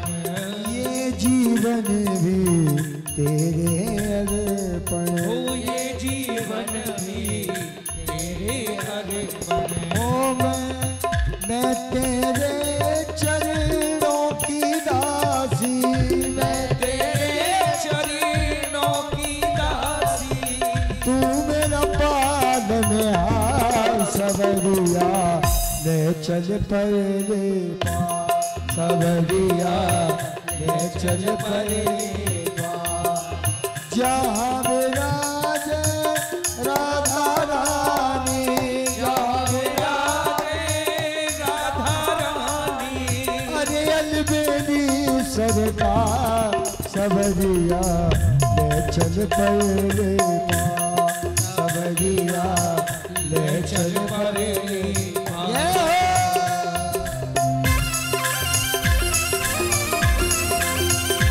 तालियां बजाते हैं मेरे भाव से।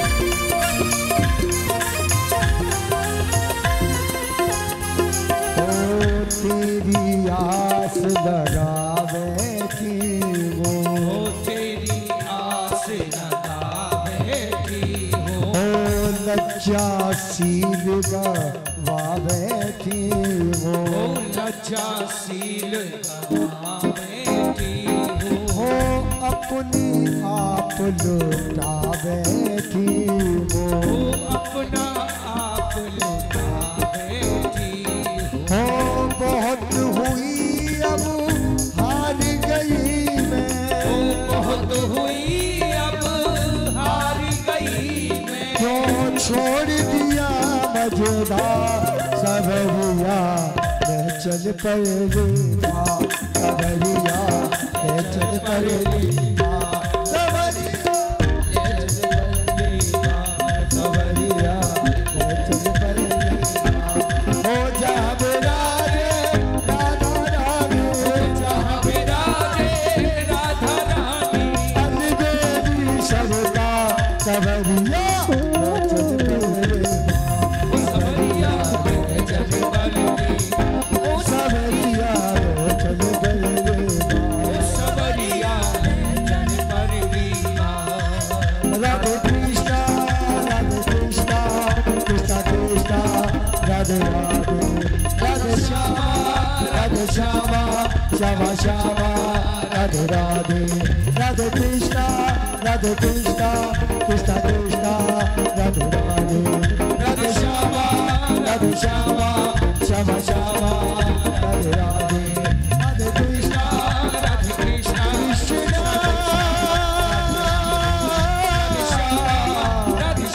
Radhe Radhe Krishna Radhe Krishna Krishna Krishna Radhe Radhe आइए सभी को आज भी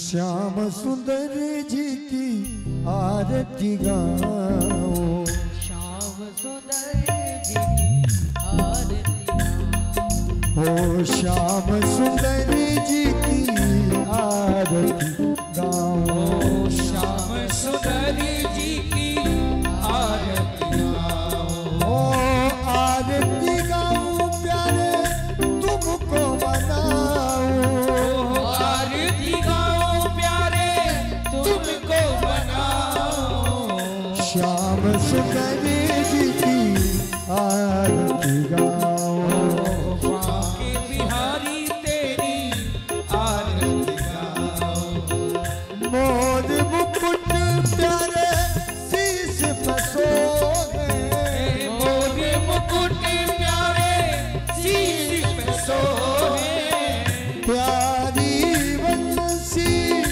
मुनि मन मोहे प्यारी बंसी मुनि मन मोहे देख छवि पे बदगारी जाओ बांके बिहारी तेरी आरती गाओ हो चरणों से निकली गंगा प्यारी चरणों से निकली है गंगा प्यारी जिसने सारी दुनिया तारी जिसने सारी दुनिया तारी उन चरणों के मैं दर्शन पाऊं उन चरणों के में दर्शन पाओ श्याम सुंदरी जी की आरती गाओ सुंदरी जी की आरती गाओ हो व्यास दास के नाथ आप हो व्यासीदास जी के नाथ आप हो सुख दुख जीवन साथ आप हो सुख दुख जीवन साथी आप हो श्री चरणों में मेरे मन को लगाओ श्री चरणों में के मन को बनाओ श्याम सुंदरी जी की आरती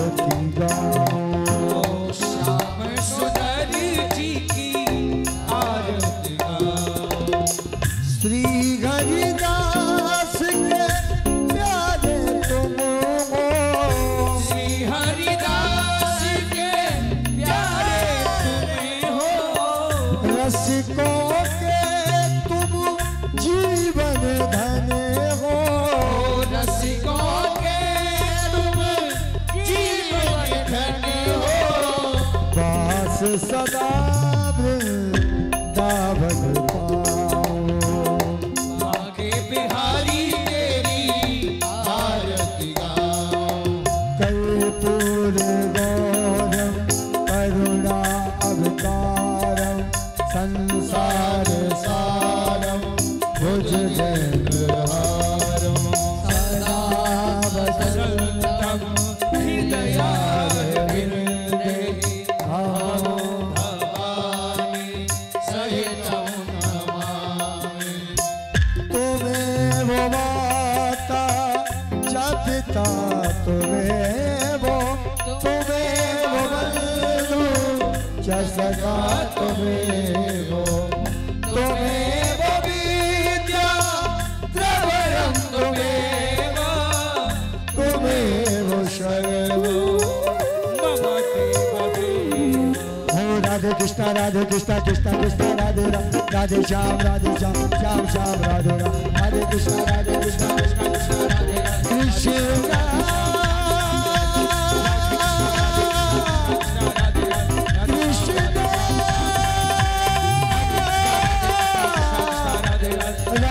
कृष्ण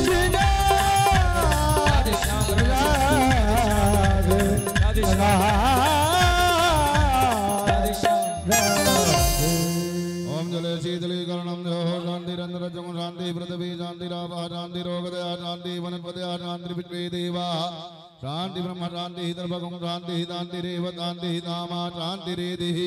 ओम देवादिवंदनं मंत्रपुष्पितां जग्नेन जग्नमय जन्त देवा स्थाने